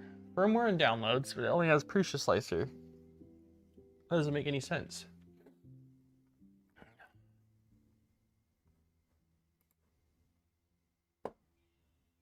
Firmware and downloads. Is their website not working? What? I don't get it. This should be where firmwares are. Can anybody else access the firmware page? Like, I'm just curious if this is a me thing or what is going on.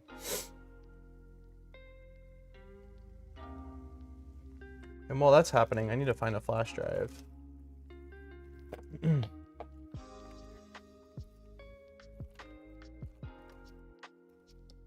Click more. No, Prusa Slicer Pro service, which doesn't pop up anything. It looks like the whole like database is broken right now.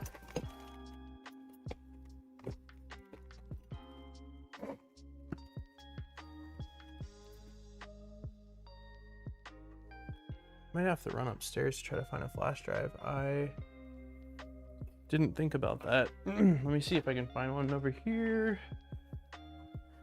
No flash drives. No flash drives.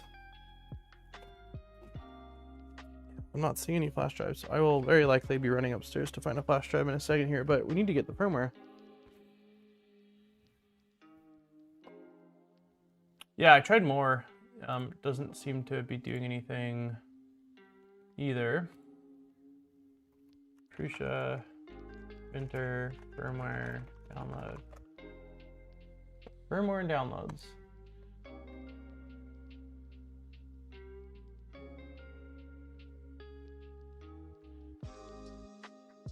Is the slicer? It says download the latest firmware file .bbf. Doesn't seem to me like Prusa Core 1 support. All right.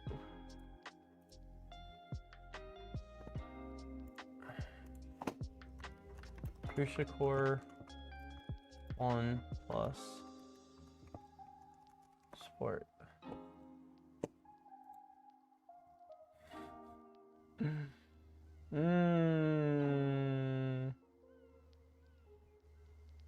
Okay, I'll try downloading the latest Prusa Slicer and see if that'll work. Okay, Prusa Slicer, Windows, download.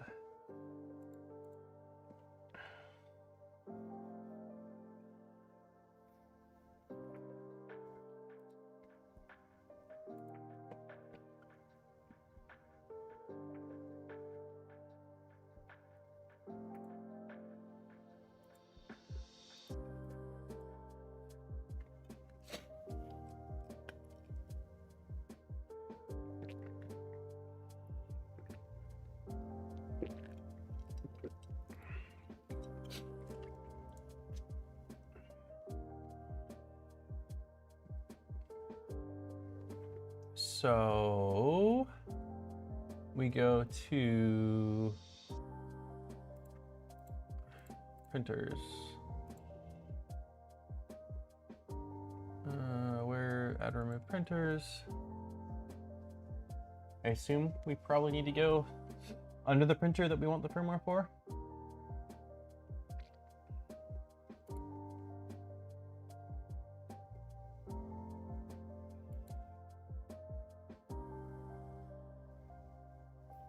You can also update with Prusa Connect Web UI. Really? Like it'll have the firmware. I don't need the firmware file. It'll have it already there. What is so Prusa Connect? How do I get this? I don't even know how to get this printer on the Wi-Fi. Prusa Connect Wi-Fi or Westside Fire, thank you so much, man, for all the 5 gift memberships. Let's see, let's do Hadouken. Squirrel, thanks, man. Let's see, Salty Day got one, John got one, Geoffrey got one, Matthias, I think that's how you say that. And Taco Tuesday all got one. Thanks, man. Then push it to the printer.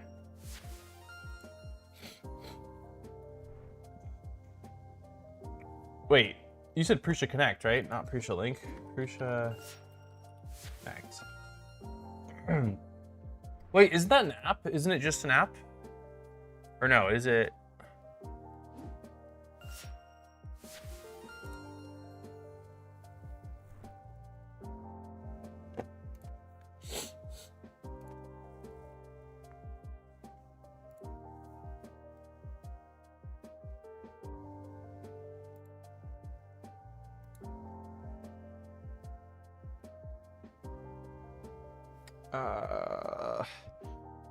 So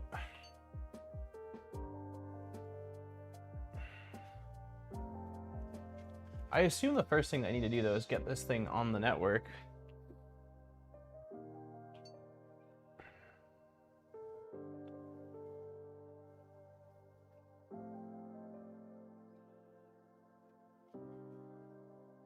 Can't you connect it with an app now to the Wi-Fi? Like, I thought, because it has, let's see, so if I go Prusa, add printer wizard. No, it's not connected to the Wi-Fi. This is a Core 1. Sure.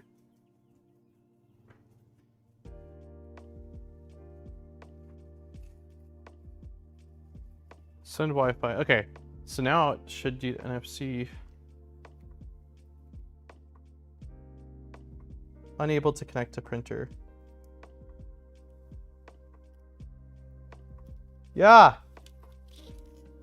How do you do this? The NFC. Yes, Jack. Jackson. The NFC reader doesn't seem to be working.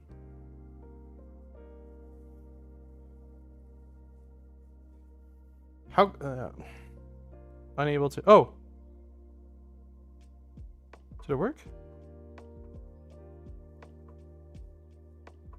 Unable to connect to printer, but it looks like it worked. I'm confused.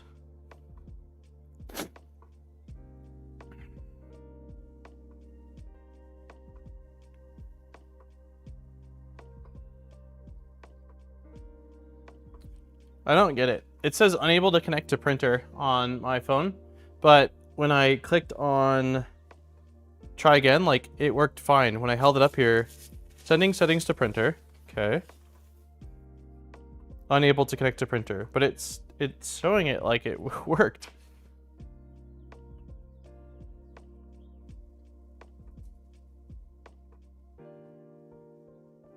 I think you need to press continue first.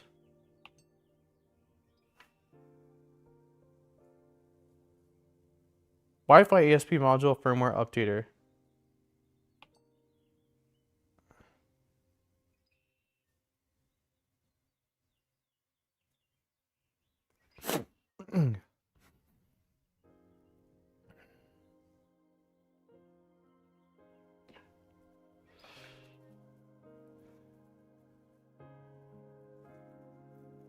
Their GitHub has the file. Okay. We'll see if this works. Because this, it would be nice to be able to send files without needing a flash drive. Hold on, let me let Monkey back in the house.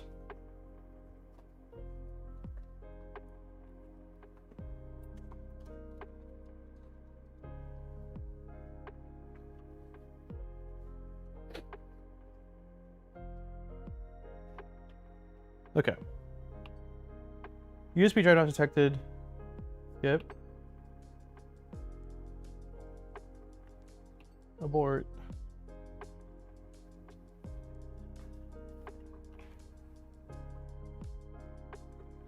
Yeah, it's weird. It just says unable to connect to printer. The NFC is definitely reading though. Like it, sorry, this looks like crap. You still want the flash drive attached to manage the files. Got it. So I need to get a flash drive. All right, let me go run upstairs and find a flash drive that'll work. I'll be right back. I'm gonna close the door to make sure nothing comes in while I'm gone. Give me 1 sec, guys.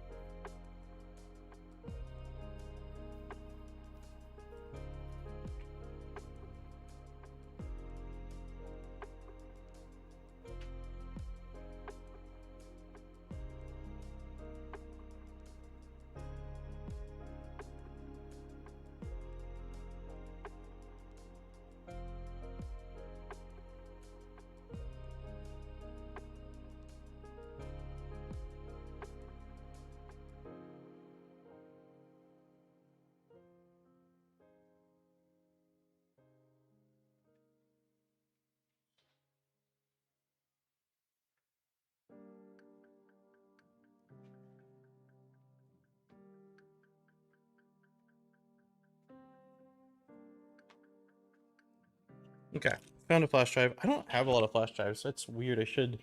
The Mark IV came with one initially a long time ago. The upgrade kit I don't believe came with one. No.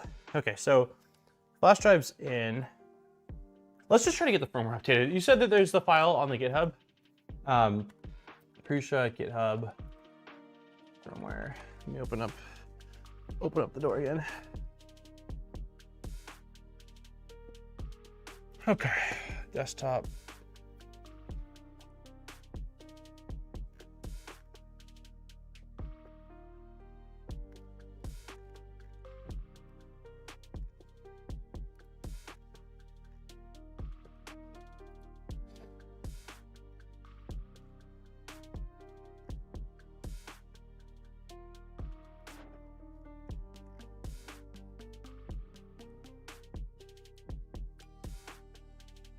So this is what we need, Core 1 Plus.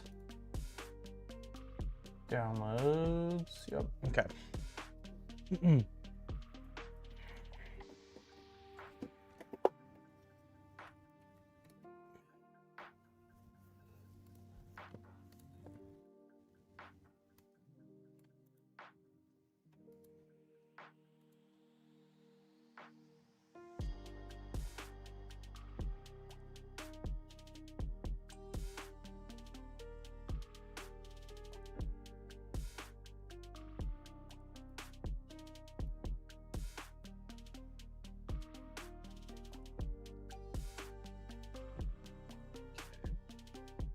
So I think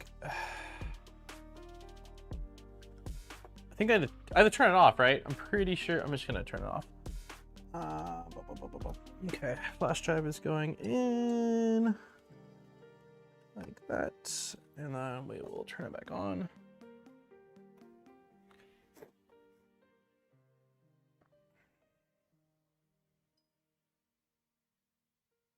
Okay, that didn't seem to work.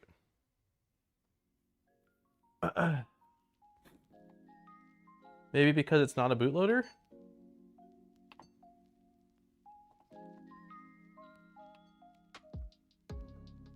I feel like it's a firmware update.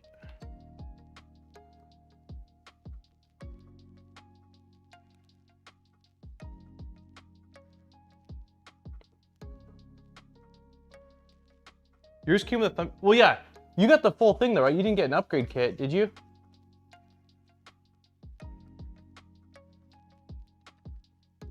Maybe I need to format it. Maybe the flash drive's too large.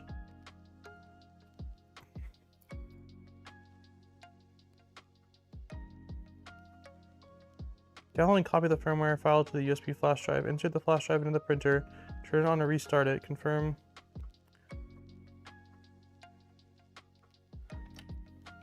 I definitely had it at root level. I don't know that it was compressed or not. Let's check. It doesn't look like it was compressed. No, it's at root level. I can format this just for fun. FAT32.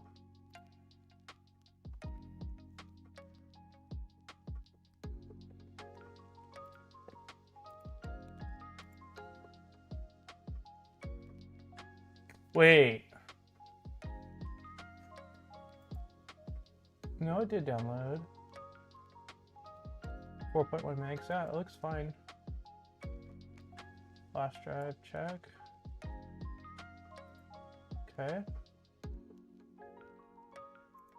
It looks fine.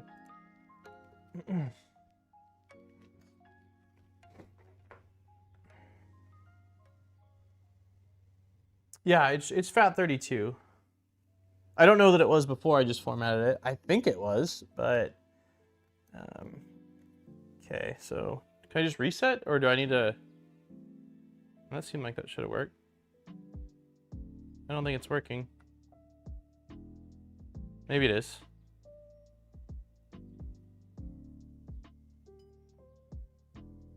No.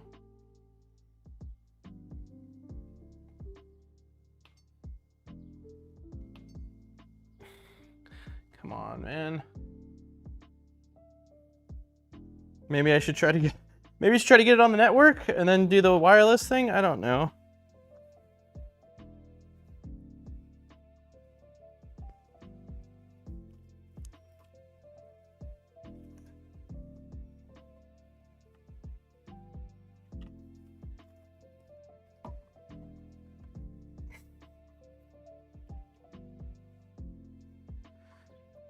Ay, ay.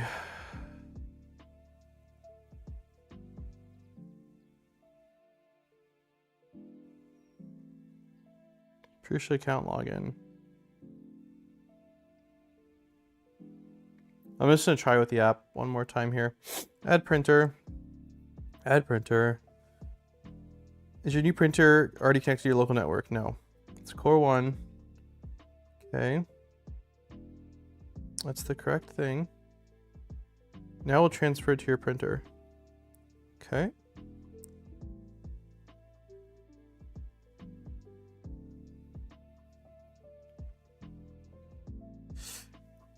So it's weird. It's like I screenshot it because it goes away so quickly. This is what I'm seeing.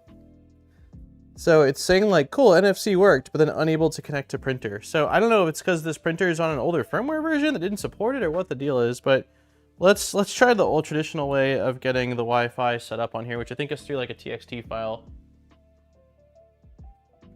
Mark 4 to Core 1. Okay. Mark 4 to Core 1 firmware, firmware update. I just got off my phone with my academic advisor. Should be able to graduate next fall. Dude, that is awesome. We gotta do. That's huge. It's not up to date because I'm on a firmware version. Version info. I'm on 5.1.3, bootloader 2.3.4. We're trying to get to 6 something. How to update firmware. This doesn't say anything about.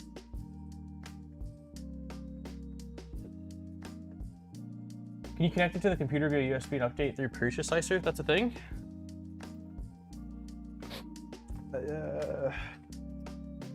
So you're saying plug a USB-C cable into the back of this guy? God, I don't have a lot of cables down here. Is this USB-C maybe? Yeah, this is. The issue is going to be getting this thing close enough. It might work. Okay, let me try to spin this guy.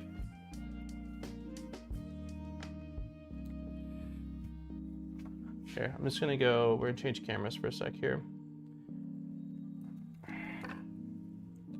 I'm going to spin this. Oh, dear God. You have no business being that heavy. Okay.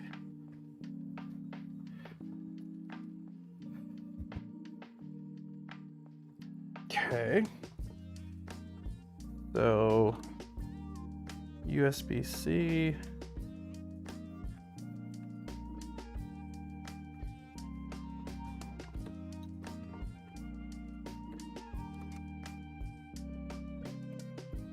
Come on, dude. There we go. It's like just enough distance. Okay. Do I need to power it off? I don't really know. I don't know much about this process. I haven't used Prusa Slicer to update anything in a long time. So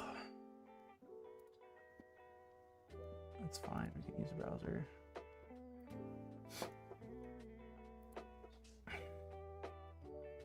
What? What?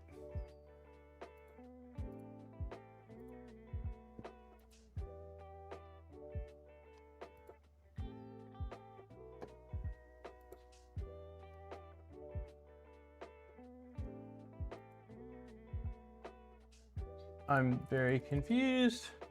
Why are we doing this? Hold on.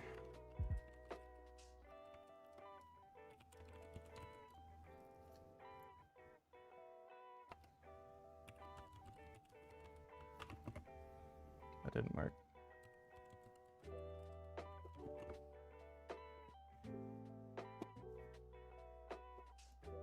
Choose how you want to sign in.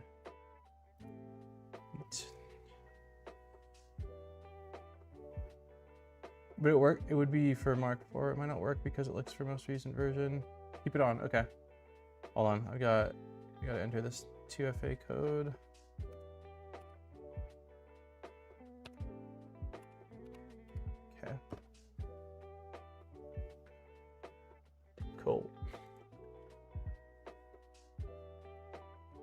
Okay. You logged in as Modbot. Great. Local sources.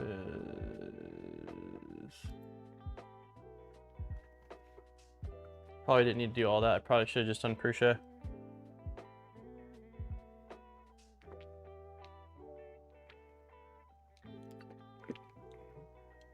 Okay. So we have a Core 1 with a high flow, yeah. Okay.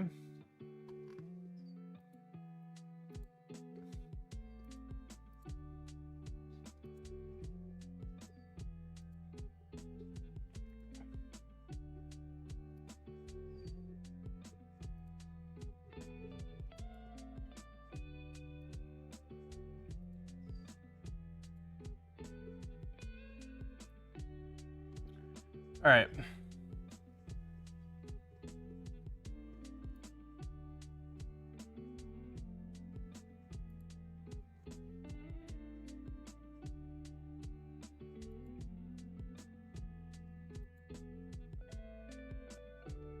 This needs a hex file.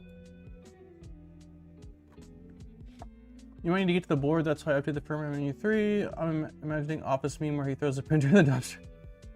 Keep it on. It might not work because it looks for most recent version, but it would be for Mark IV. Yeah. Can you update through the screen? I wonder, you know what? I bet you, yeah. Let's see if there's a way. Can you tell it that it's a different printer from the screen? I kind of doubt it. That seems like, oh, sorry. There's a bunch of crap going on. This feels like it should be way more straightforward. Like, out of the whole build, this is the only thing where it's like, what in the world? Everything's been really smooth up until this point, but, so settings, input shaper, user interface, network, hardware.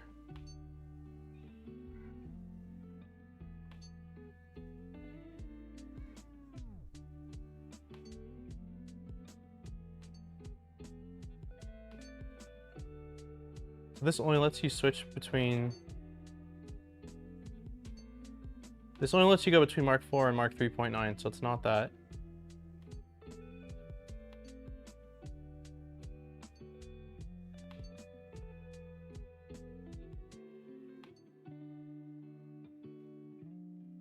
There's not really any option other than firmware update, but it's not grabbing the firmware update. Go to the print folder. Is the firmware in there? Go to the print folder.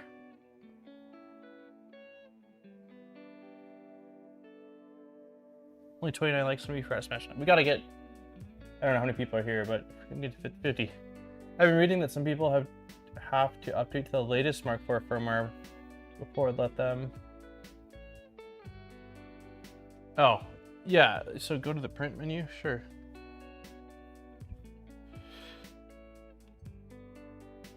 No, it doesn't show up there.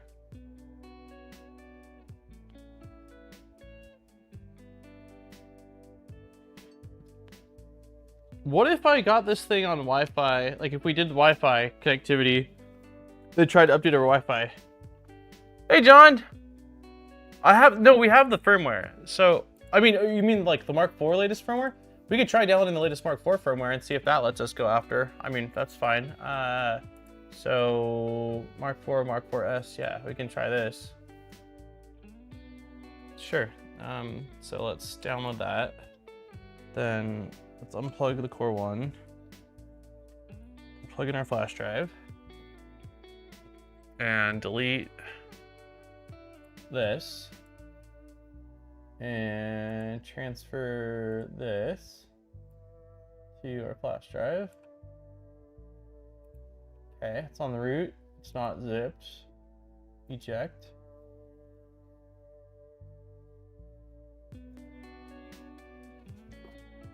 Okay, you guys couldn't see any of that, could you? I thought I was screen sharing and I realized I wasn't, sorry.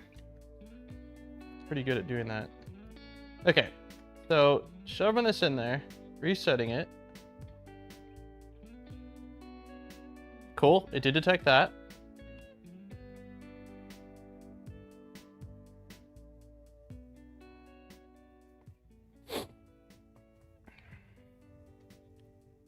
least we know the flash drive's good now, and that if it was named correctly or whatever, it would work. I wonder if I could just name the... Probably not. There's probably something on the back end, but I'm like, I wonder if I just rename the file to match what the name of this one is for the Mark IV update, if it would just trick it and update it to the Core 1 Plus.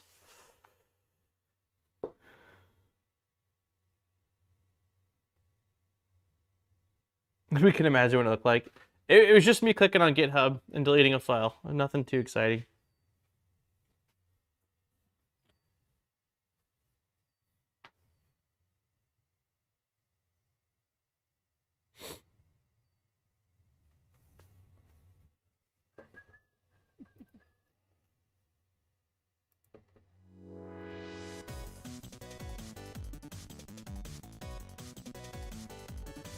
Let's see, yeah, 33 likes. Let's try to get to 50 likes. 50 likes. If you haven't hit the like button, we need you to believe. We need you to believe that we're gonna get this going.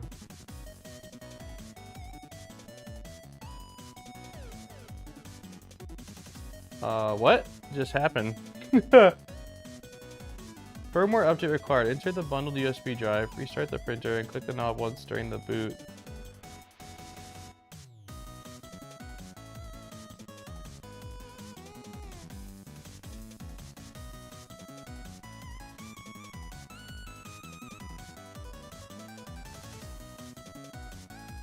Why did it... What just happened?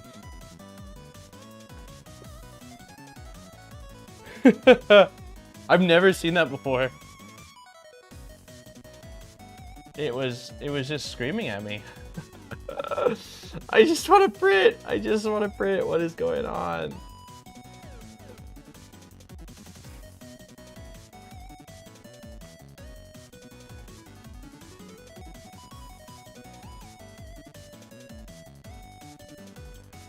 I promise I didn't do anything while that was happening. USB-C cable is plugged in, but the other end's not. I'll unplug it. Yeah, the other end of the USB-C cable is not plugged in, but now it's fully unplugged.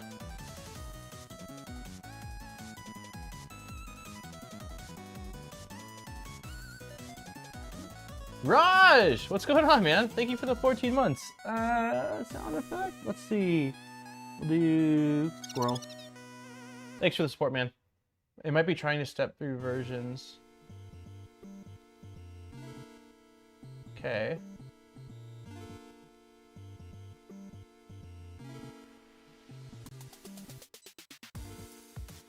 Yeah, something's not right.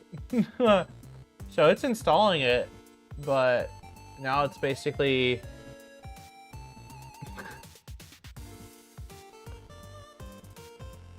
Firmware update required. So clearly it doesn't like the firmware that I flashed to it. That's the only thing I can think of. Unless there's a new bootloader that needs to get installed. So I'm gonna kill the power to this guy. Try the Core 1 firmware update now. We can. Okay, powering this off. Failed to install bootloaders.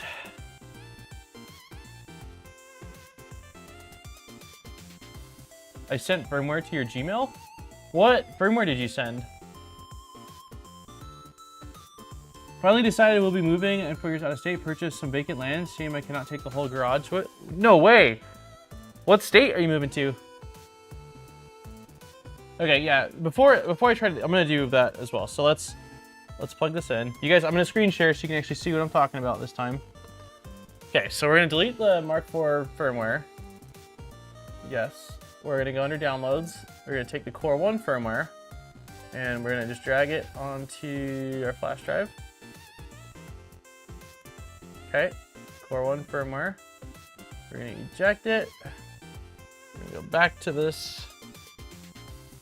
Oh, you have 6. What's 6? What do you think? Like, what makes you think 6.4 might work?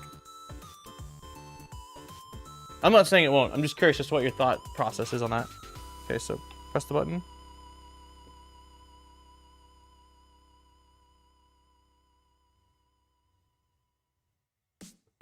Firmware and printer types do not match.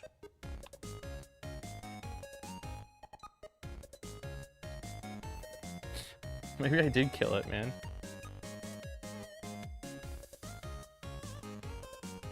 We'll be releasing a video next month after we close on the 29th. Nice, man. That's exciting, dude. We've been here in Idaho for 5 years now. Granted, we're not on land or like that, but we love it. We're really glad we left California.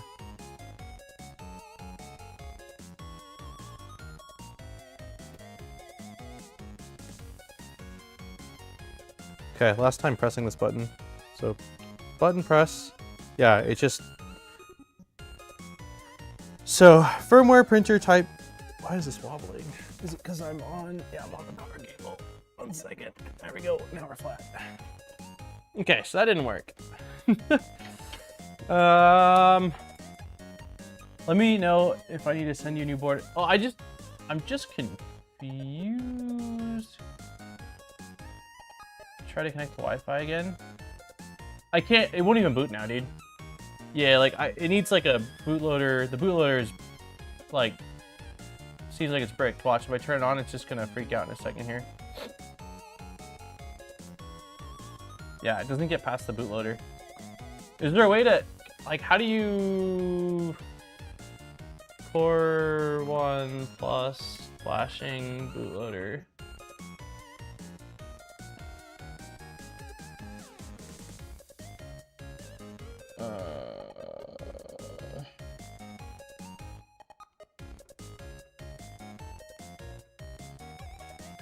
Scan the QR code.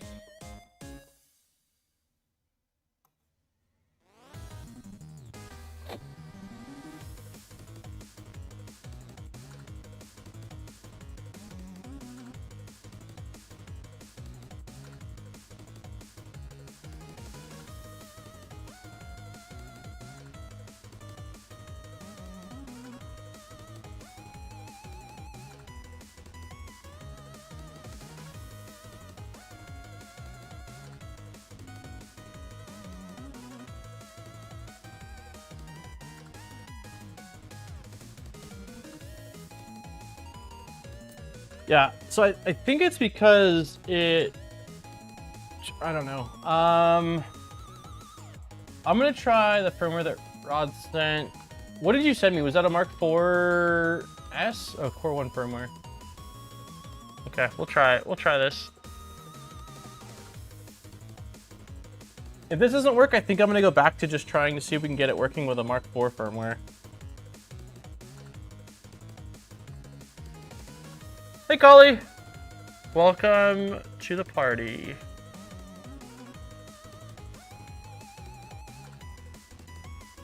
Okay, so this is what Rod sent. I have a feeling it's an error out doing the same thing, like it's going to detect that it's not a Mark IV firmware, but we'll try it.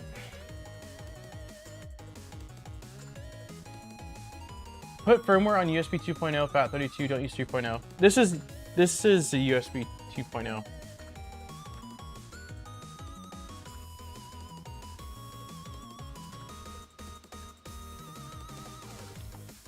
Yeah. So it needs a Mark IV firmware. I think it needs a Mark IV firmware. Start from scratch. Oh my god.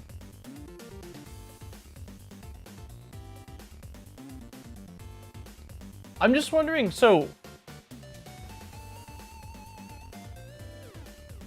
how do you normally update the bootloader on this? Is it normally just come as the firmware package, like Prusa bootloader install? That's 2001.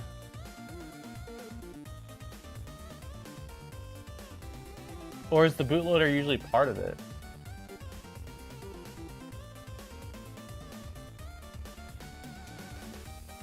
Yeah, if I tap continue, watch, it just boots, but the bootloader on here is messed up right now.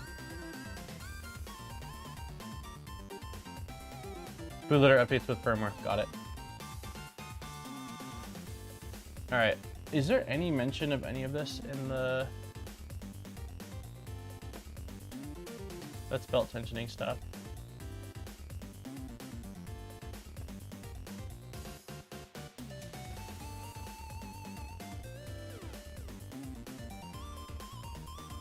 Wait. Insert the USB flash drive included in your kit into the printer.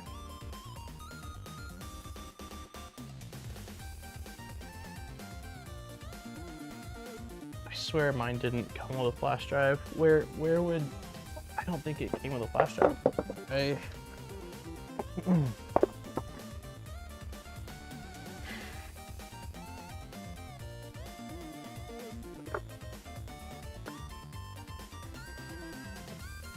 It's definitely no flash drive in here.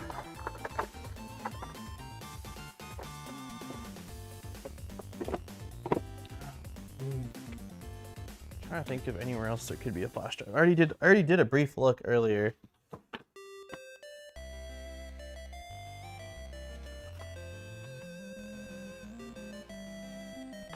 I don't think it came with a flash drive. Wait, unless is this it?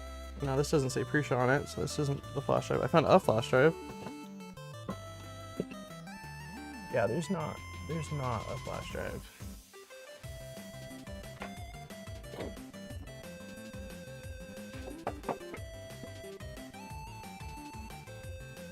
It should definitely have a flash drive with it. Where would the flash drive be?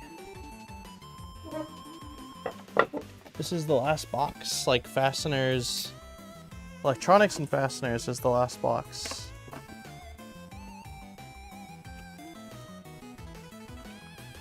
Grommets, it's printed parts, small parts, isopropyl, filament, screws. Yeah, there's nothing here. It's trash. This is leftover of that. There's just like nowhere else for a flash drive to be. And it'd be a decent sized.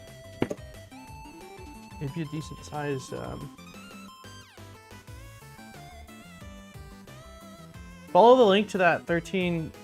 Okay, so you're saying boot it again and look at a comment.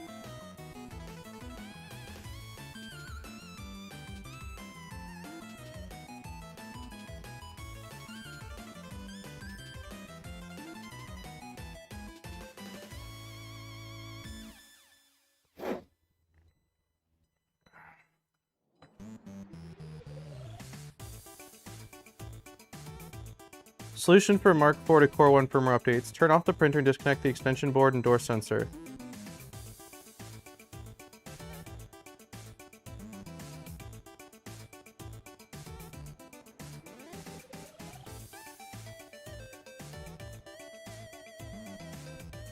Put only the Core 1 firmware on the flash drive as soon as the printer boots.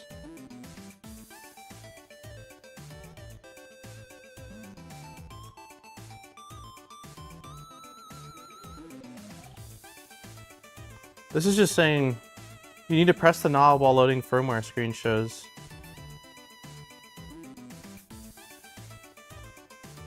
This one says turn off the printer and disconnect the extension board and door sensor. Turn it on and flash the latest Mark IV S firmware. Turn it off and connect the extension board. Turn it on and flash the latest Core 1 firmware.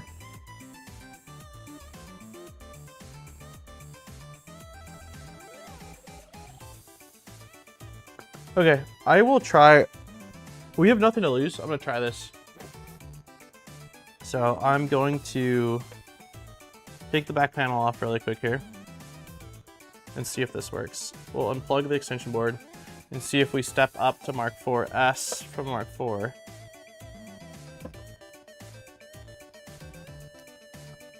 Is there a separate firmware for Mark IV-S though? It looked like it was all the same.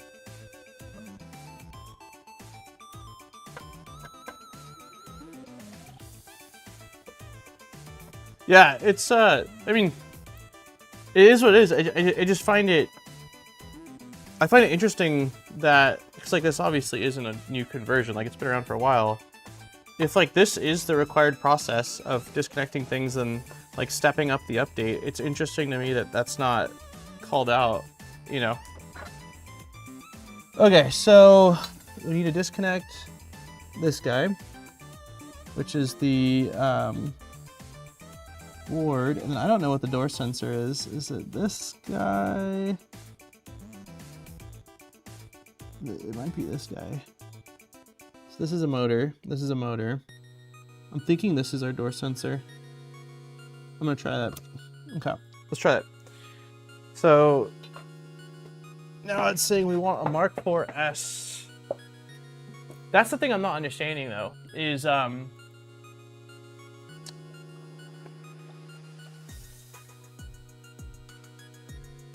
you know what?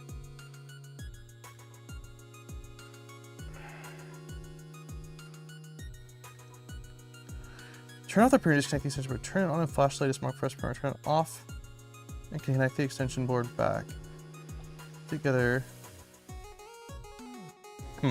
Let's go ahead and get ready. Yeah, sounds good. Sounds good. Fingers crossed. So the thing I am. This is a different flash drive. Oh, this is one that came with.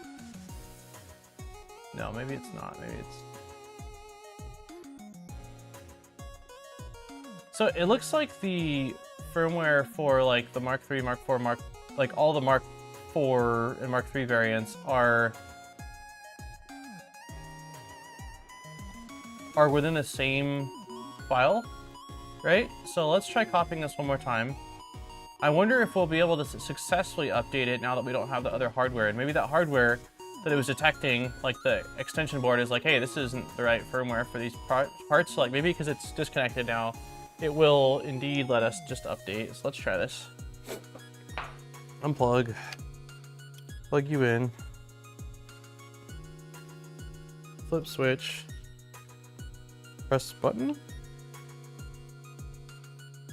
Okay. I'm wondering, I know it says Mark IV, but I wonder if now I'll be able to switch it to Mark 4S once it's done flashing this. I'm just curious to see if we can get past that error. Right above the USB-C cable? Okay, I did the right cable then. Thank you for confirming. I have Mark 4S firmware 6.2.4. If this doesn't work, I'll definitely try that. This should be 6.2.4. And it seems like it uses the same file for all the Mark 3s and 4s. And then I think you just select the version from within the screen. So we'll see.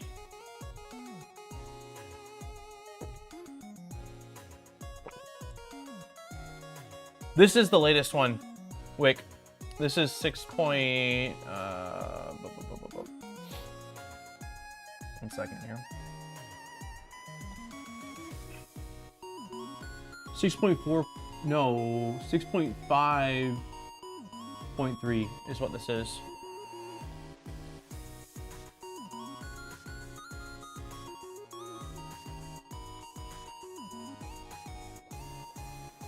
Yeah, I don't disagree with that, but I think we need to step it up to a Mark 4S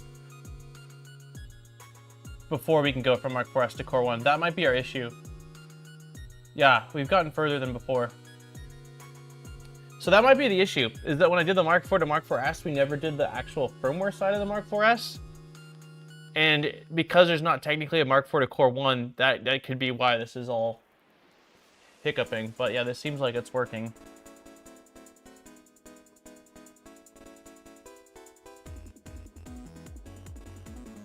So as soon as this is done, I'm going to turn this off and attempt to do...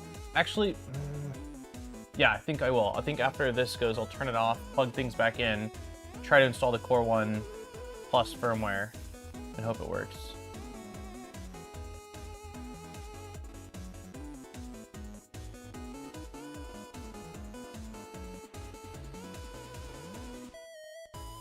Come on, ESP.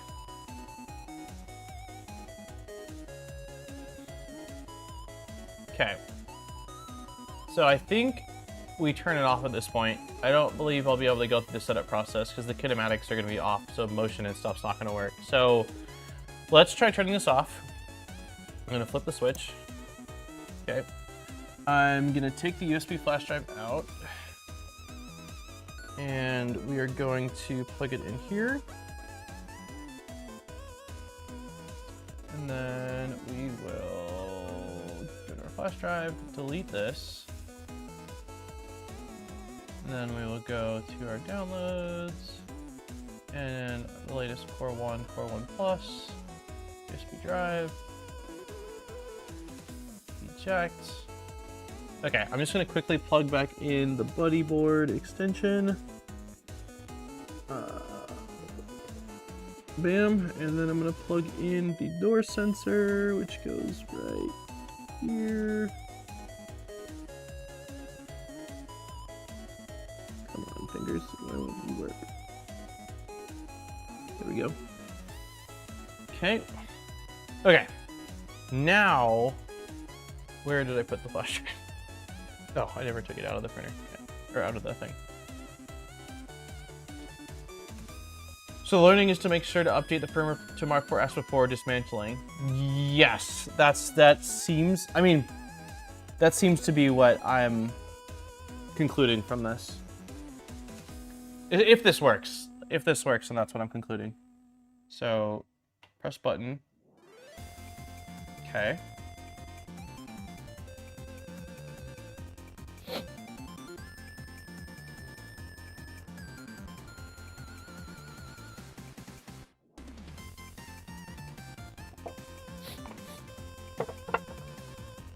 So this completes, and it lets us do the calibration. I'm gonna turn the printer off one more time, and I'm going to bolt in, or attach the back panel to the electronics again, so that way it's not open, and then we'll run through the calibration.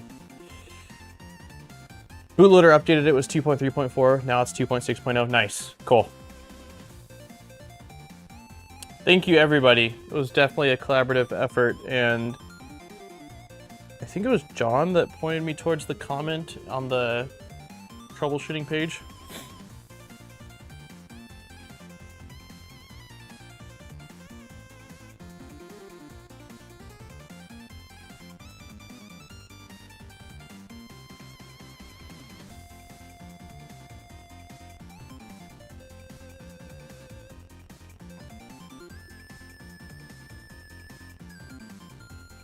Nice. That's what we want to see. That was easy. You know what I should have done? This is for Tuxedo. When we hit the error, we should have done. All right. Cool.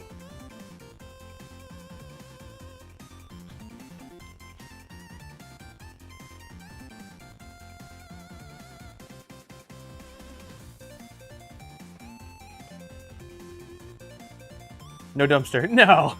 I knew we were going to figure it out. I didn't know what the issue was because it felt like something that should be really straightforward. But yeah, I do think if it were me, I highly doubt. I mean, clearly there's a couple comments on the page from other people that have ran in the same thing. What I would do for that product or that instruction page is just have a red note.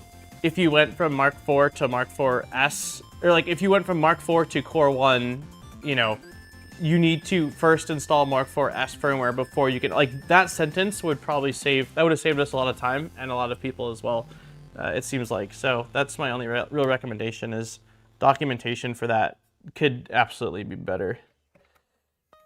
Okay, so I am going to attempt to install this cover.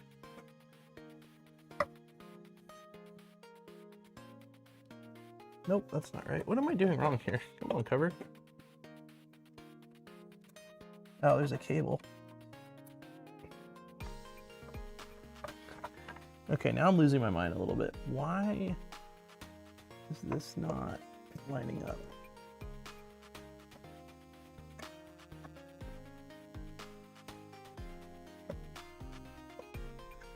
I'm installing this backwards. That's what's happening.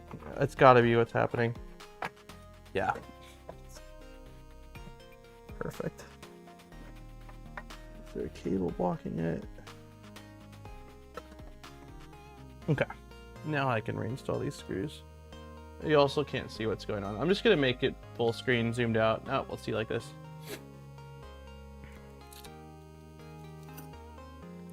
Yeah, I know that Tuxedo said his came with a flash drive, but I also believe Tuxedo just did the full kit, not a conversion.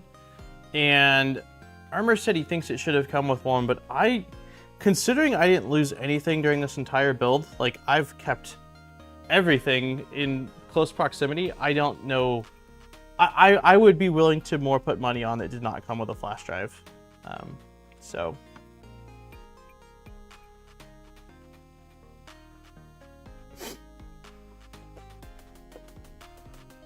Regardless, we got it. And like now that we know what it was, it really wasn't very difficult to do. But not knowing what we were supposed to do made it incredibly puzzling. I have an unopened conversion kit here. I can check. Cool. Yeah, I'm really curious to know whether it did. Yeah, if you're going from Mark IV to Core 1, make sure when you do the Mark 4S side of it, you update the firmware first. Okay, so I think we're good then, and we can basically, I'm just gonna leave it in this orientation. We're gonna go through the belts now. Let's unplug. Even though I don't think it would have mattered. Okay. I'm gonna move you guys up top so I can see you. There we go. Go like this. Make you guys up a little bit higher. There we go. Next stream found it. I mean, maybe. Printer type Core 1. Right? Yep. Print head. Nozzle hardened. I think so. Maybe not. Maybe it's using the CH. I'm pretty sure you guys told me just to use the hardened nozzle and not the CHT, because we had a I had one of the E3D. I can't tell. I think that's the hardened nozzle. The CHT nozzle would look brass, right? I'm almost positive this is the like highly abrasive resistant one. Yeah, I'm pretty sure it's not high flow. I should be able to actually answer that because we would have that somewhere. We would have that somewhere close by, I think.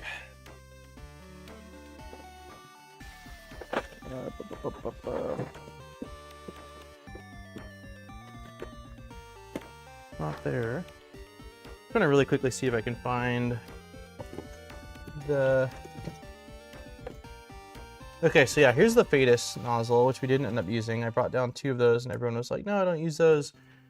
And where is the nozzle from this then? It's down here, not down there. I'm like positive we didn't use the CHT nozzle, but it would be nice just to verify.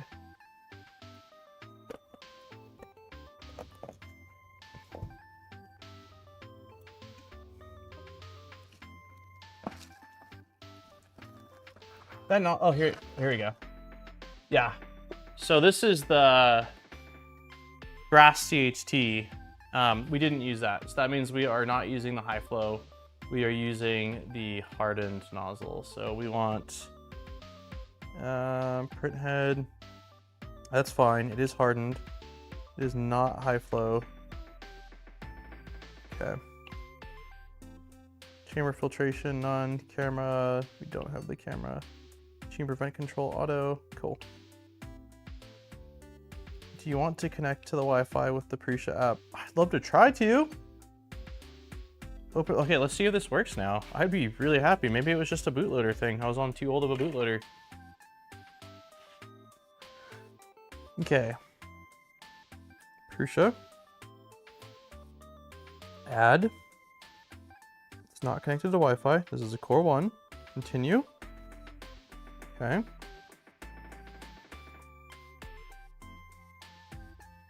It doesn't work, man. It's annoying. I don't understand.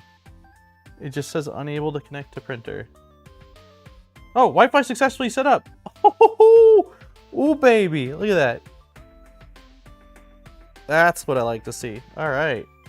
You want to connect it to the app? You bet. Pretty sure I'd like to access your camera. Okay.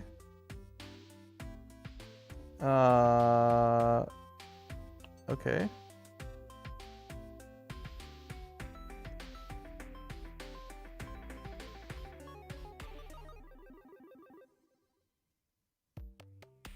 Successfully connected. Set up Prusa Connect, yes.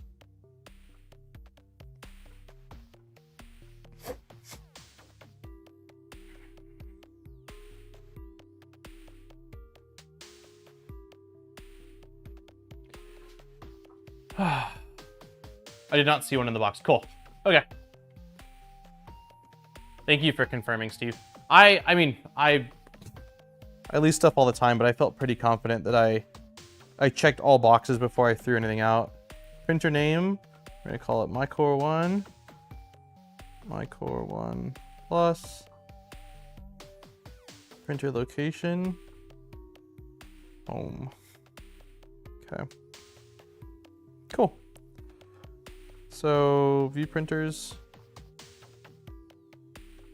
Nice. So Core 1's there. Awesome. So we can leave that now. Prusa Connect setup is not finished. Do you want to exit? Wait, no. Okay, there we go. Run self-test. Yes. Yes.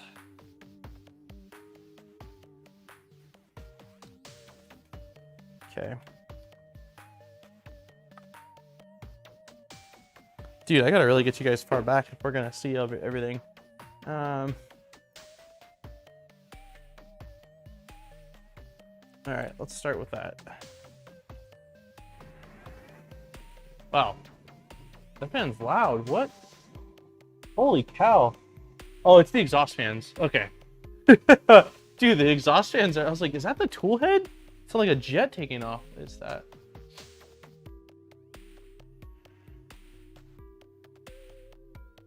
Okay, so now it is checking. Yeah, it's just testing all the fans right now. Sweet, we passed all that.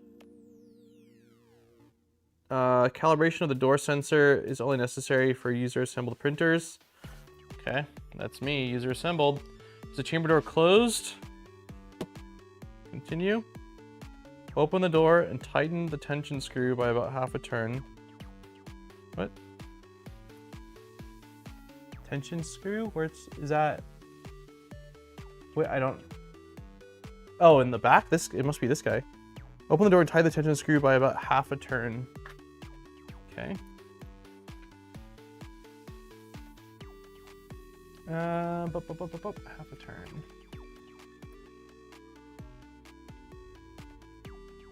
Okay.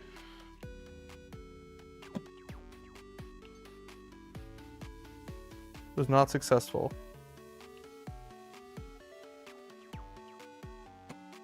Okay, so it needs to go out further is what it's saying. It's not pressing it. So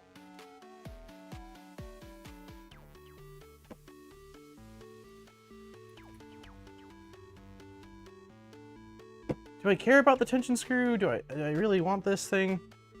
So I assume if I'm pressing this.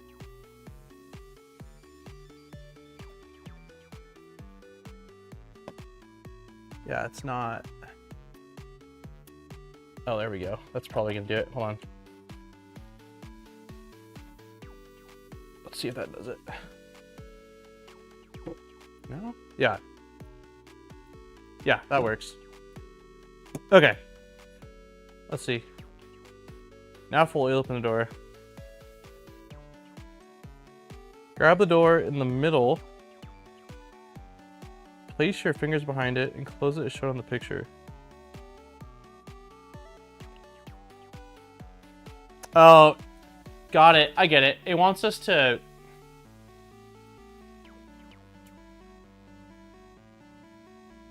Yeah, it wants us to have it where, like, if a hand were to open it, you can't even stick your hands in. We're gonna, I can mess with that later. Are you sure you want to skip? Yeah, it's fine. No. It's fine.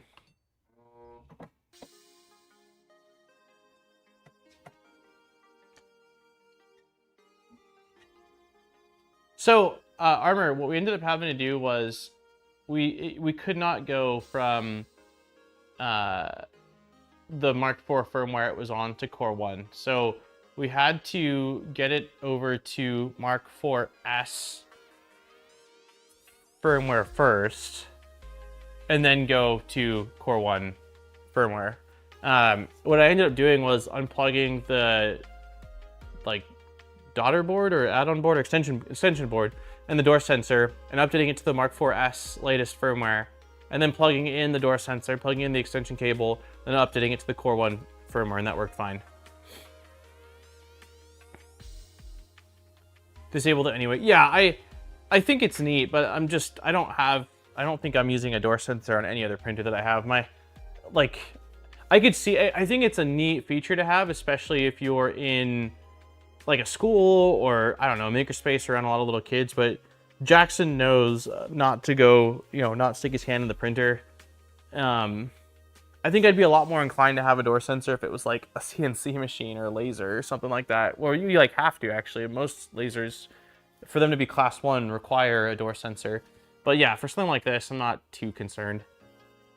Did you not update to Mark IV-S after the conversion? I guess not. We only did the Mark IV, we were only on the Mark IV-S for 60 seconds. It was really fast, Basically, it was does it work? Yeah, it's working. And then we went straight over to Core 1. So I don't know how many people are doing that jump, but on the instructions for updating the firmware, there's at least a few comments down below. So clearly there's people that have just gone from Mark IV to Core 1 Plus and ran into the same issue. I mentioned, I don't know if you can relay feedback to the team, but based off the couple of comments that exist there and us running into it, just having a single note on the firmware update page of the instructions for the conversion saying, if you went from Mark IV to Core 1 Plus, you must update firmware to Mark IV-S first, or it won't work to update. I think that would have prevented a lot of issue.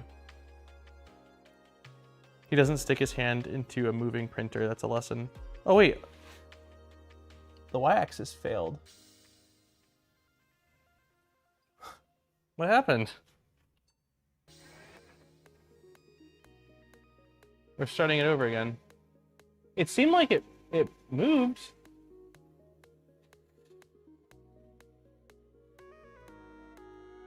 Also, I'm gonna open the giveaway. I just realized the time.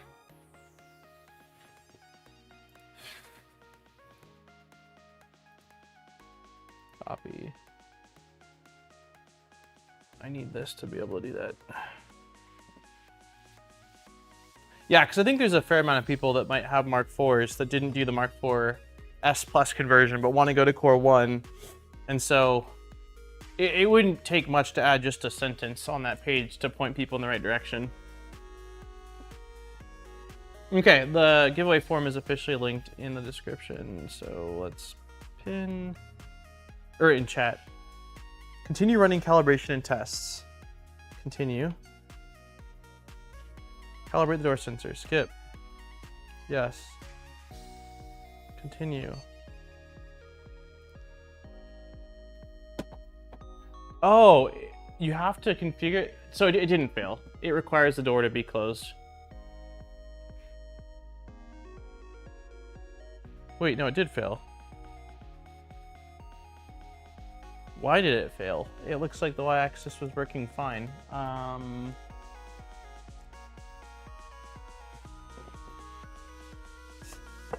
I don't know.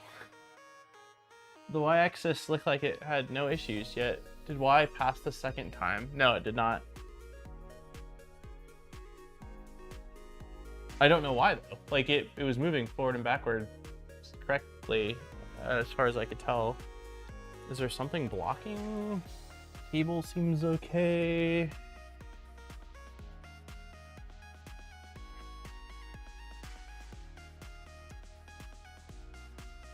I mean, our belt tension's clearly not right, but I could try to tension the belts a bit more.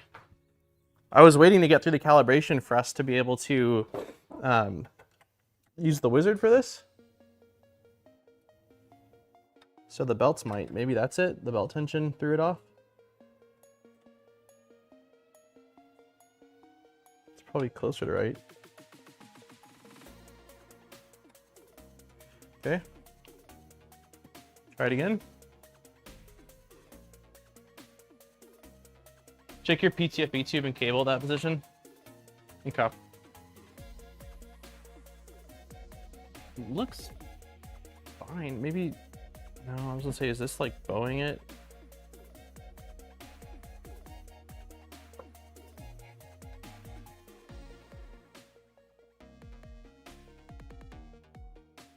Okay, fans are great. Skip the door.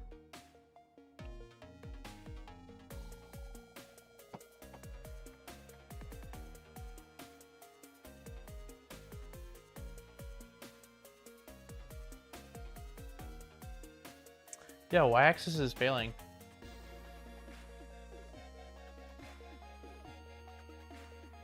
Extruder latch is not closed. Okay, it's closed now. It seems like it's like it's not going back all the way. I don't know what it would be hooking on, unless it's, maybe it's hooking on, is it the PTFE tube that's catching on the door latch? I don't think so. It doesn't look like it's coming back that far. If you move the tool out to the front, does the beam touch the side? It's not. I saw that.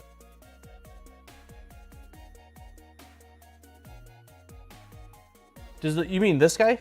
Yeah, it's pretty dang close. I tested that a little bit ago. Let me power this off real quick.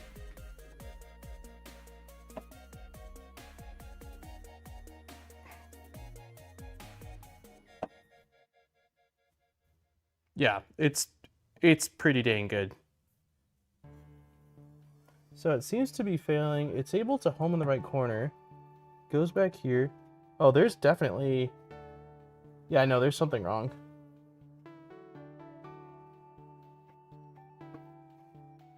What is causing that?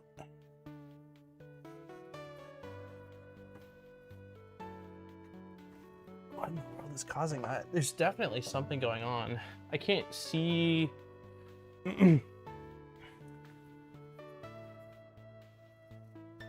Is it with the tool head or is it unrelated to the tool head? Okay, so it's not related to the tool head at all. Just once it gets to right here, the whole thing binds up. Yeah, it completely binds up here. Looks like PTFE tube. I don't see it touching. I don't think it's PTFE tube. It almost feels like it's something with the rails. Is the filament sensor in the right spot? I think so. Let me look.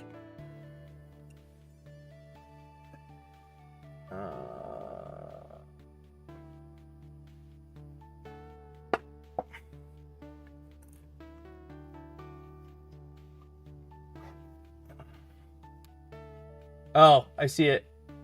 It's a cable. It is a cable. There's a cable underneath here that is not... Can't actually adjust it now. I don't know what cable that is. Yeah, it's a cable. It's getting pinched. A large cable. Which is interesting because I thought all the cables were zip tied. Yeah, it's a cable. So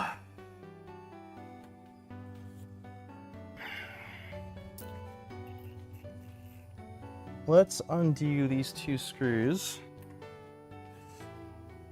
Because I'm pretty sure these are the two screws holding that top piece in place.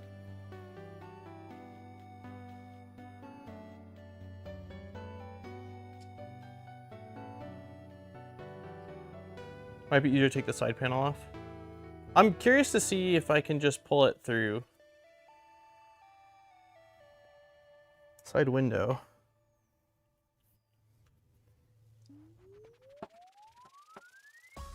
Let me just see what this looks like. I think these are the only two screws holding the back panel in place. You can pull it through from the back.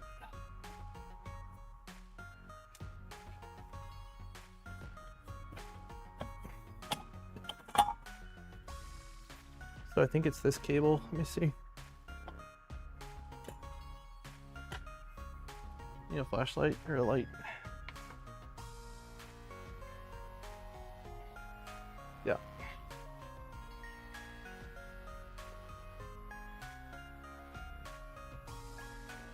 Okay. It looks good now. All right. Let's try that again. Let me make sure I've got this back on. Like so. Okay.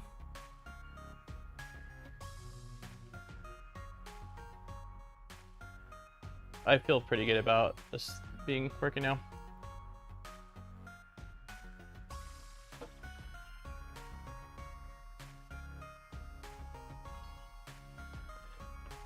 Yeah, it was, so I had the cable pretty tight because right now when I went to pull it, it took a bit of force. So I did zip tie it like in the correct way, but I just didn't pull enough slack out of it, it seems like.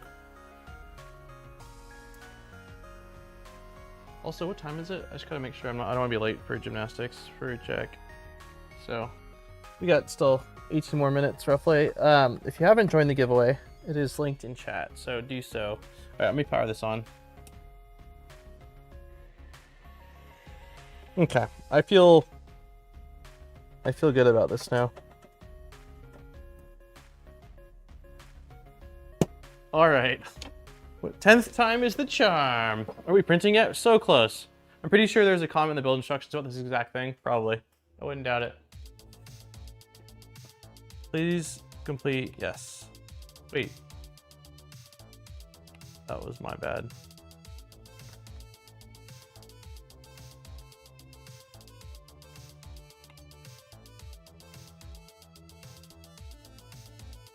I did not mean to bypass.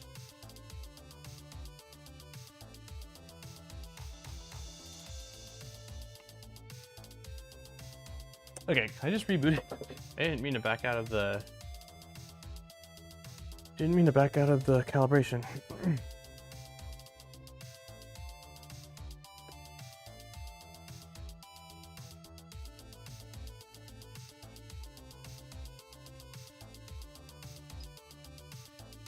Please complete calibration test before using the printer. Okay, so now it's not actually running me through calibration and test. There we go.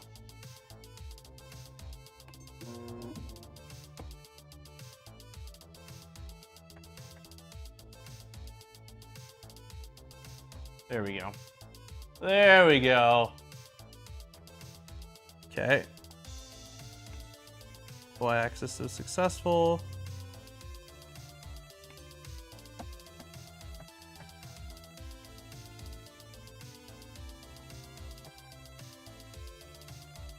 X-axis was successful.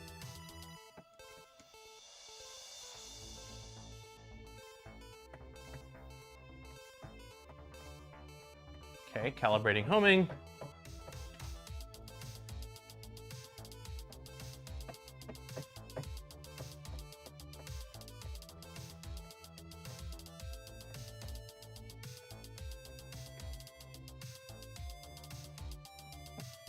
Wow, it really runs a lot of, it really grabs a lot of values.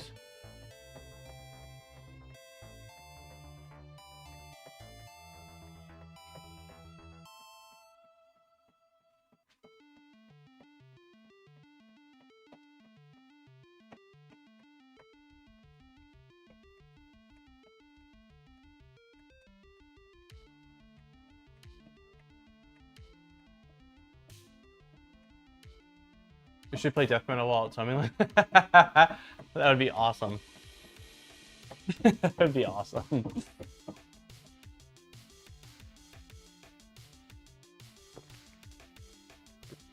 Close the door. Ah, come on. For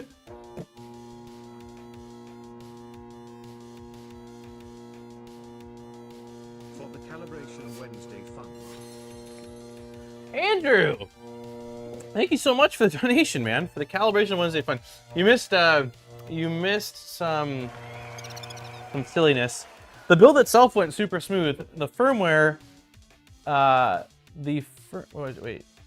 The firmware had some issues, but there was largely user error, but could have been easily avoided through better instruction. How are you doing? Okay, we will need your help with this test. You will be asked to tap the nozzle. Don't worry, it's going to be cold. Okay, so now I can open this. Tap the nozzle. Wait, on beep. Yay. We good? Close the door. Yep. Hey, Down Under. I might not be getting any of those super sweet watermelons this year. All my seedlings pretty much died. The soil blocks I tried to use, I must have just failed. So I am gonna probably end up just buying a bunch of seedlings from the store. So if they have those watermelons, I'll absolutely get them. But just been hella busy with life stuff and health stuff. Ah, sorry to hear about the health stuff, man. I've been here a while. Oh, did you say anything or did I just miss you? Cool, the access is successful. Now it is doing heating tests. Dude, I don't know if we're not gonna have time to print today. We might have to save the print till next week, which is frustrating. I was planning on starting the boom next week, but we might just have to do a kind of a chill 2-hour stream next week where we just print some stuff and kind of play around with things. Excuse me. I'd like to do a little bit of printing and chilling before we start the next build. I said hi about 30 minutes ago. Got it. So you came. Wait, is it okay if you're Spotify? No. You came when I was in the thick of trying to figure out what the heck was going on. That's why I didn't see it. Okay, so we're heating up. It's gonna take a little bit. Bed's going to 110 and hot end is going to 290.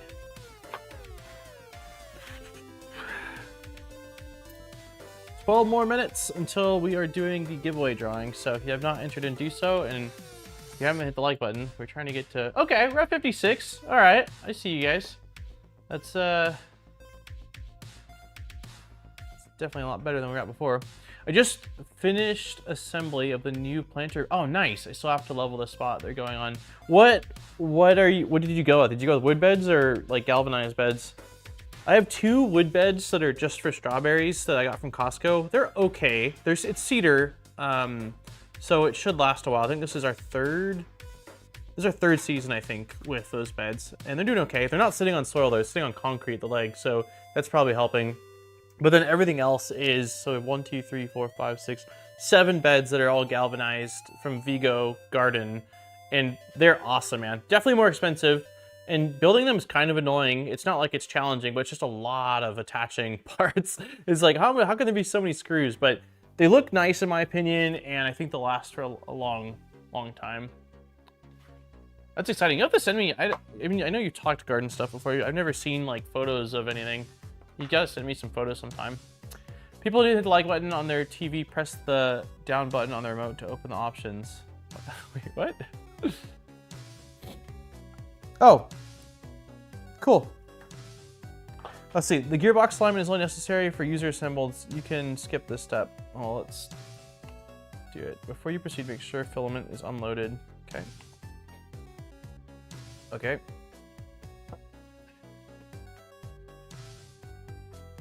Let's see. Rotate each screw counterclockwise 1/2 turns. Okay. That wasn't 1.5 turns, but okay. Wait.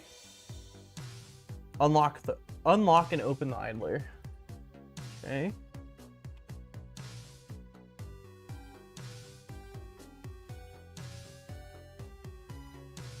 I don't hear any loud noises, which is probably a good thing. They're mixed actually, wood frame with galvanized panels. Oh, nice. Each one is 2 foot by 2 foot. Okay, 2 foot tall by 2 foot wide by 8 foot long. Nice. That sounds like exactly the bed sizes I have. I don't know if mine are 2 foot tall though. I think they are maybe a little bit shorter. Mine might be 1.5 foot tall. No, they might be 2 foot. That sounds like exactly what I've got, pretty much. I know that the actual bed size is a 2x8. I just can't confirm the height right now. Okay, tighten the M3 screws firmly in the order Firmly in order. They should be slightly below the surface. Do not over tighten. Okay, so we need to start with this guy. Okay. And then this guy. The fly buzzing around. This guy. I think I'm gonna do one last little tight. Okay. Close the idler door. Okay.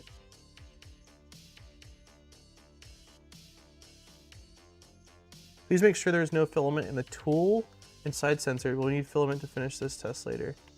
Okay. Is there any filament in the tool or the side filament sensors? No.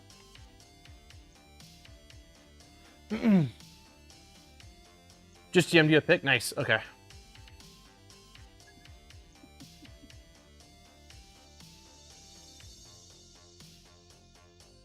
Eight more minutes till the giveaway. Push the filament through the side and okay, so I need to put this. We didn't actually put the spool holder on really quick. Let's see if we go to. We also need to do the whole belt thing. Yeah, we're definitely gonna do one more stream. Next week will just be like printing and hanging. Okay, this is what we need to do. So we need the final printed piece and this little. Let's see. You and you. Let's see. O-ring. These are cable grommets. Cable grommets. Cable grommets. These are not O-rings. Oh, the O-ring's in the bag with the thing. Okay. Makes it easy. Spool holder. O-ring. Okay.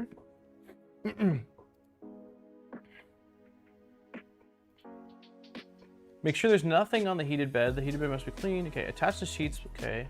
Put the O-ring onto the spool holder static. Push the static, the puck. Okay. And lock it in by turning it clockwise. I don't know if you guys can see this at all. Probably not. Where's the camera at right now? I have no idea. There we go. I got the thing. All right, so we're pushing it in. There we go, and turn it clockwise to lock it in. Cool. Spool holder is on.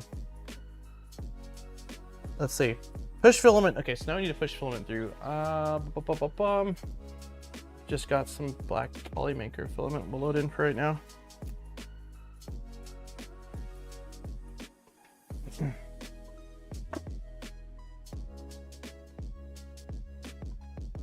Okay.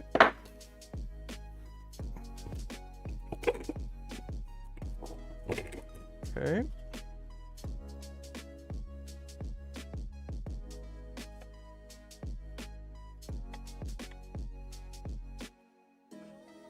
Push filament through the side and through filament sensors until the extruder engages with it. Okay.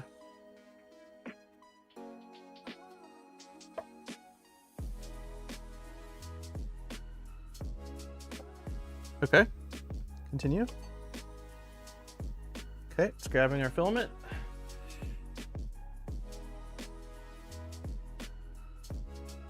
Nice. Oh my god, it's done. It's done. Okay, we still need to do that whole belt thing though. Pull, disable motors. Where's that fancy little...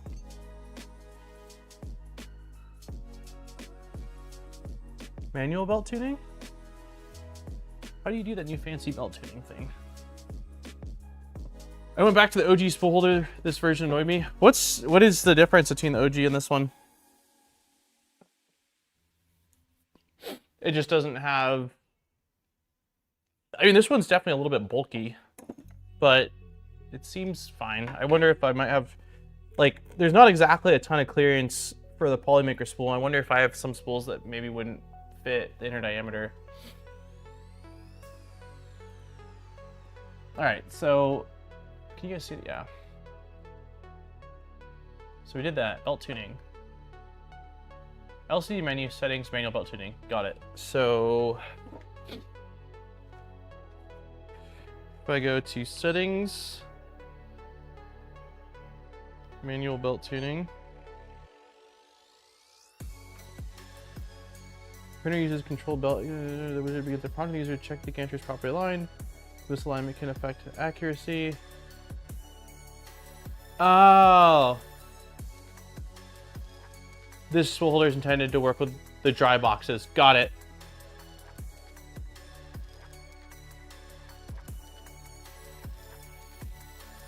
This one has moving parts? It didn't seem like it does, but I didn't play around with it that much.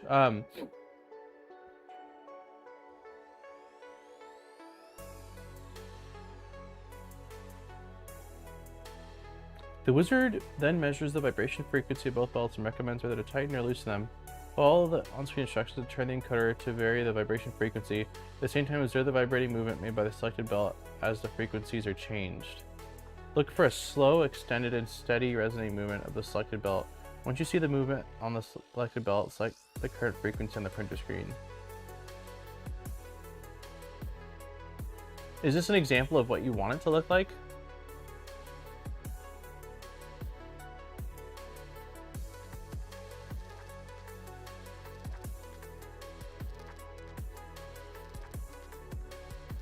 On core 1, the ideal target frequency is a maximum of 98 for the upper belt and a minimum of 90.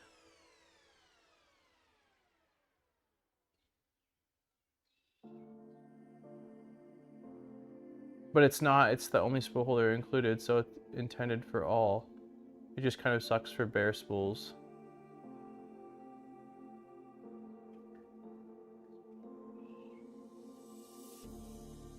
Keep an eye on your time. Yeah, we'll probably do the belt thing as a final thing next week and then just start printing.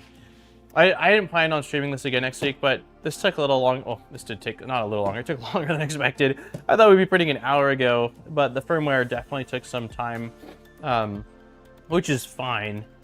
We're done basically. It's just needing to tune the belts and then run a print. So next week will be kind of a chill stream. It'll be shorter. I'll probably do a regular 12 o'clock. I'll probably do a 12 o'clock time slot instead of, let me close this, instead of 11 o'clock, so an hour later. And then the following week we'll start the Cyborg Boom. But I'd like to have a stream of just kind of like printing with this thing and poking around at it for a little bit. I really enjoy that as sort of a brief pause before the next one. Make sure you're looking at the updated belt tension. Meaning, you mean this, right? Like this is the updated belt tension, or has something changed since this?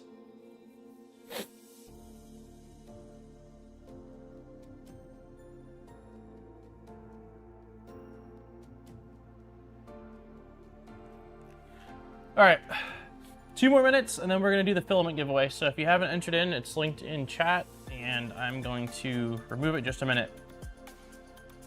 Prusa firmware is available now, great timing. So I will say this, like, I don't know what's going on with the Prusa website, but there was a couple times over the course of this build over the last 2 months where I said like, oh, I'll do this, I'll get this done off stream before the next stream, where I went onto the instructions and it 404'd on me. So I don't know what's going on with Prusa's like website or their web servers, but something is going, like something's causing some 404 errors. I thought it was isolated to just the conversion docs because a lot of the websites seem to be working fine, but considering the whole like download section outside of Prusa Slicer was down today. I don't think it's index pre-orders. Like this was over the course of the last 2 months. I mean, not consistently, but it happened a handful of times.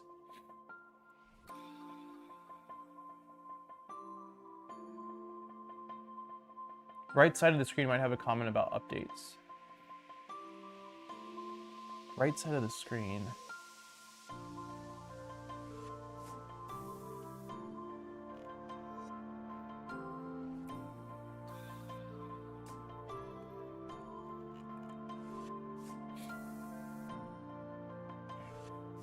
I'm not seeing anything about updates.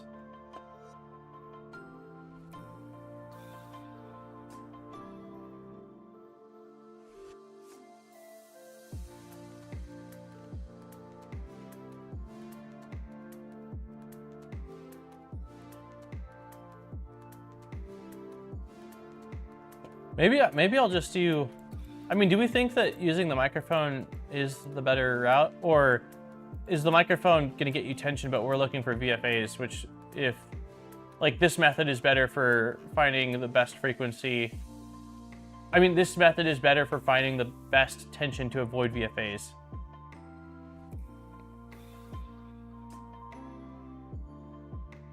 Did the page say they have a site for the Core 1 tuner?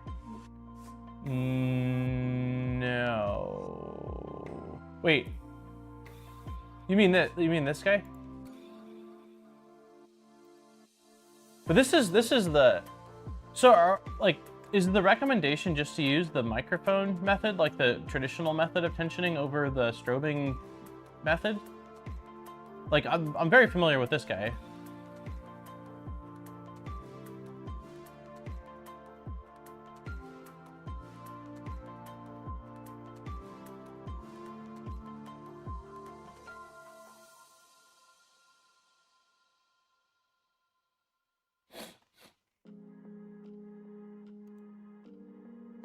Okay, we're doing the giveaway. I am officially changing that.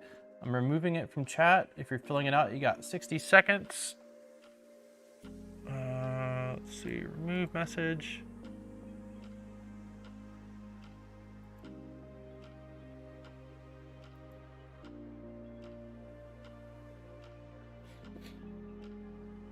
Yeah, we're gonna do the giveaway right now.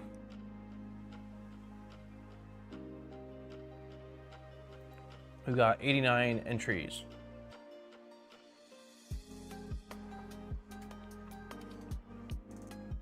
Oh, there's a lot more liquid in here than I thought. Okay, that's it. 89 is everybody. Nobody else has joined in. Where's real names? Real names is not open. All right, boom.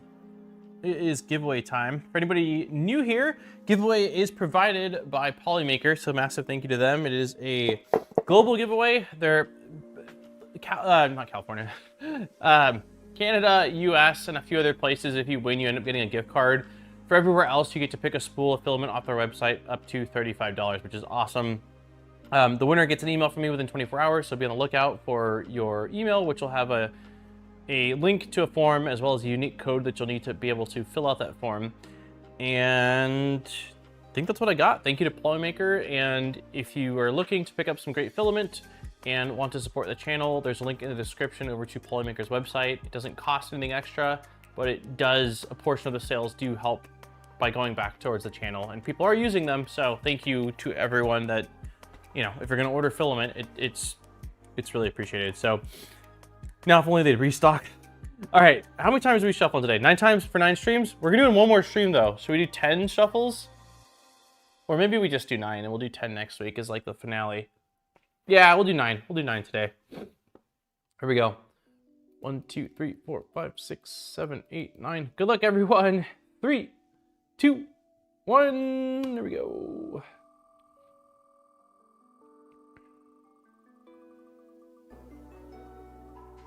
I try to cycle my Polymaker streamer referral codes. Yeah, that's cool. I mean, there's a lot of great content creators that also have Polymaker affiliates, so that's, as long as you're supporting someone, I guess that's all I could ask for. David Brockwell, you are our winner. Congratulations. I don't know if you've won before. It's not ringing a bell. Congratulations to David. Again, be on the lookout for an email from me this evening. I will get you an email once I get back from Jack's Gymnastics. On that note, I'm going to take off, and I'm trying to think what else updates I got. There'll be no video this Saturday. I'm working on a video that I think is pretty sweet, though. It'll be out next Saturday. And we will be doing, the plan before this stream was that we'd be doing the Cyborg Boom next week. But we will do one more stream on this where we'll basically wrap up the belt tension and just print. We'll print some stuff. I'll bring some filament down and we'll slice up. Maybe we'll print a jumping spider and something else. So yeah, but it's the build's basically done. The hardware side of things was a piece of cake. Firmware side of things was a little bit wonky. I will admit that had I just updated the firmware to the Mark 4S before doing this, I think the process would have been a lot smoother. But I think there's quite a few people that didn't do the Mark 4S conversion. They're like, I'll turn my Mark 4 to a Core 1. And so it would have been nice if the instructions basically spelled that out. It probably would have saved us half an hour or so.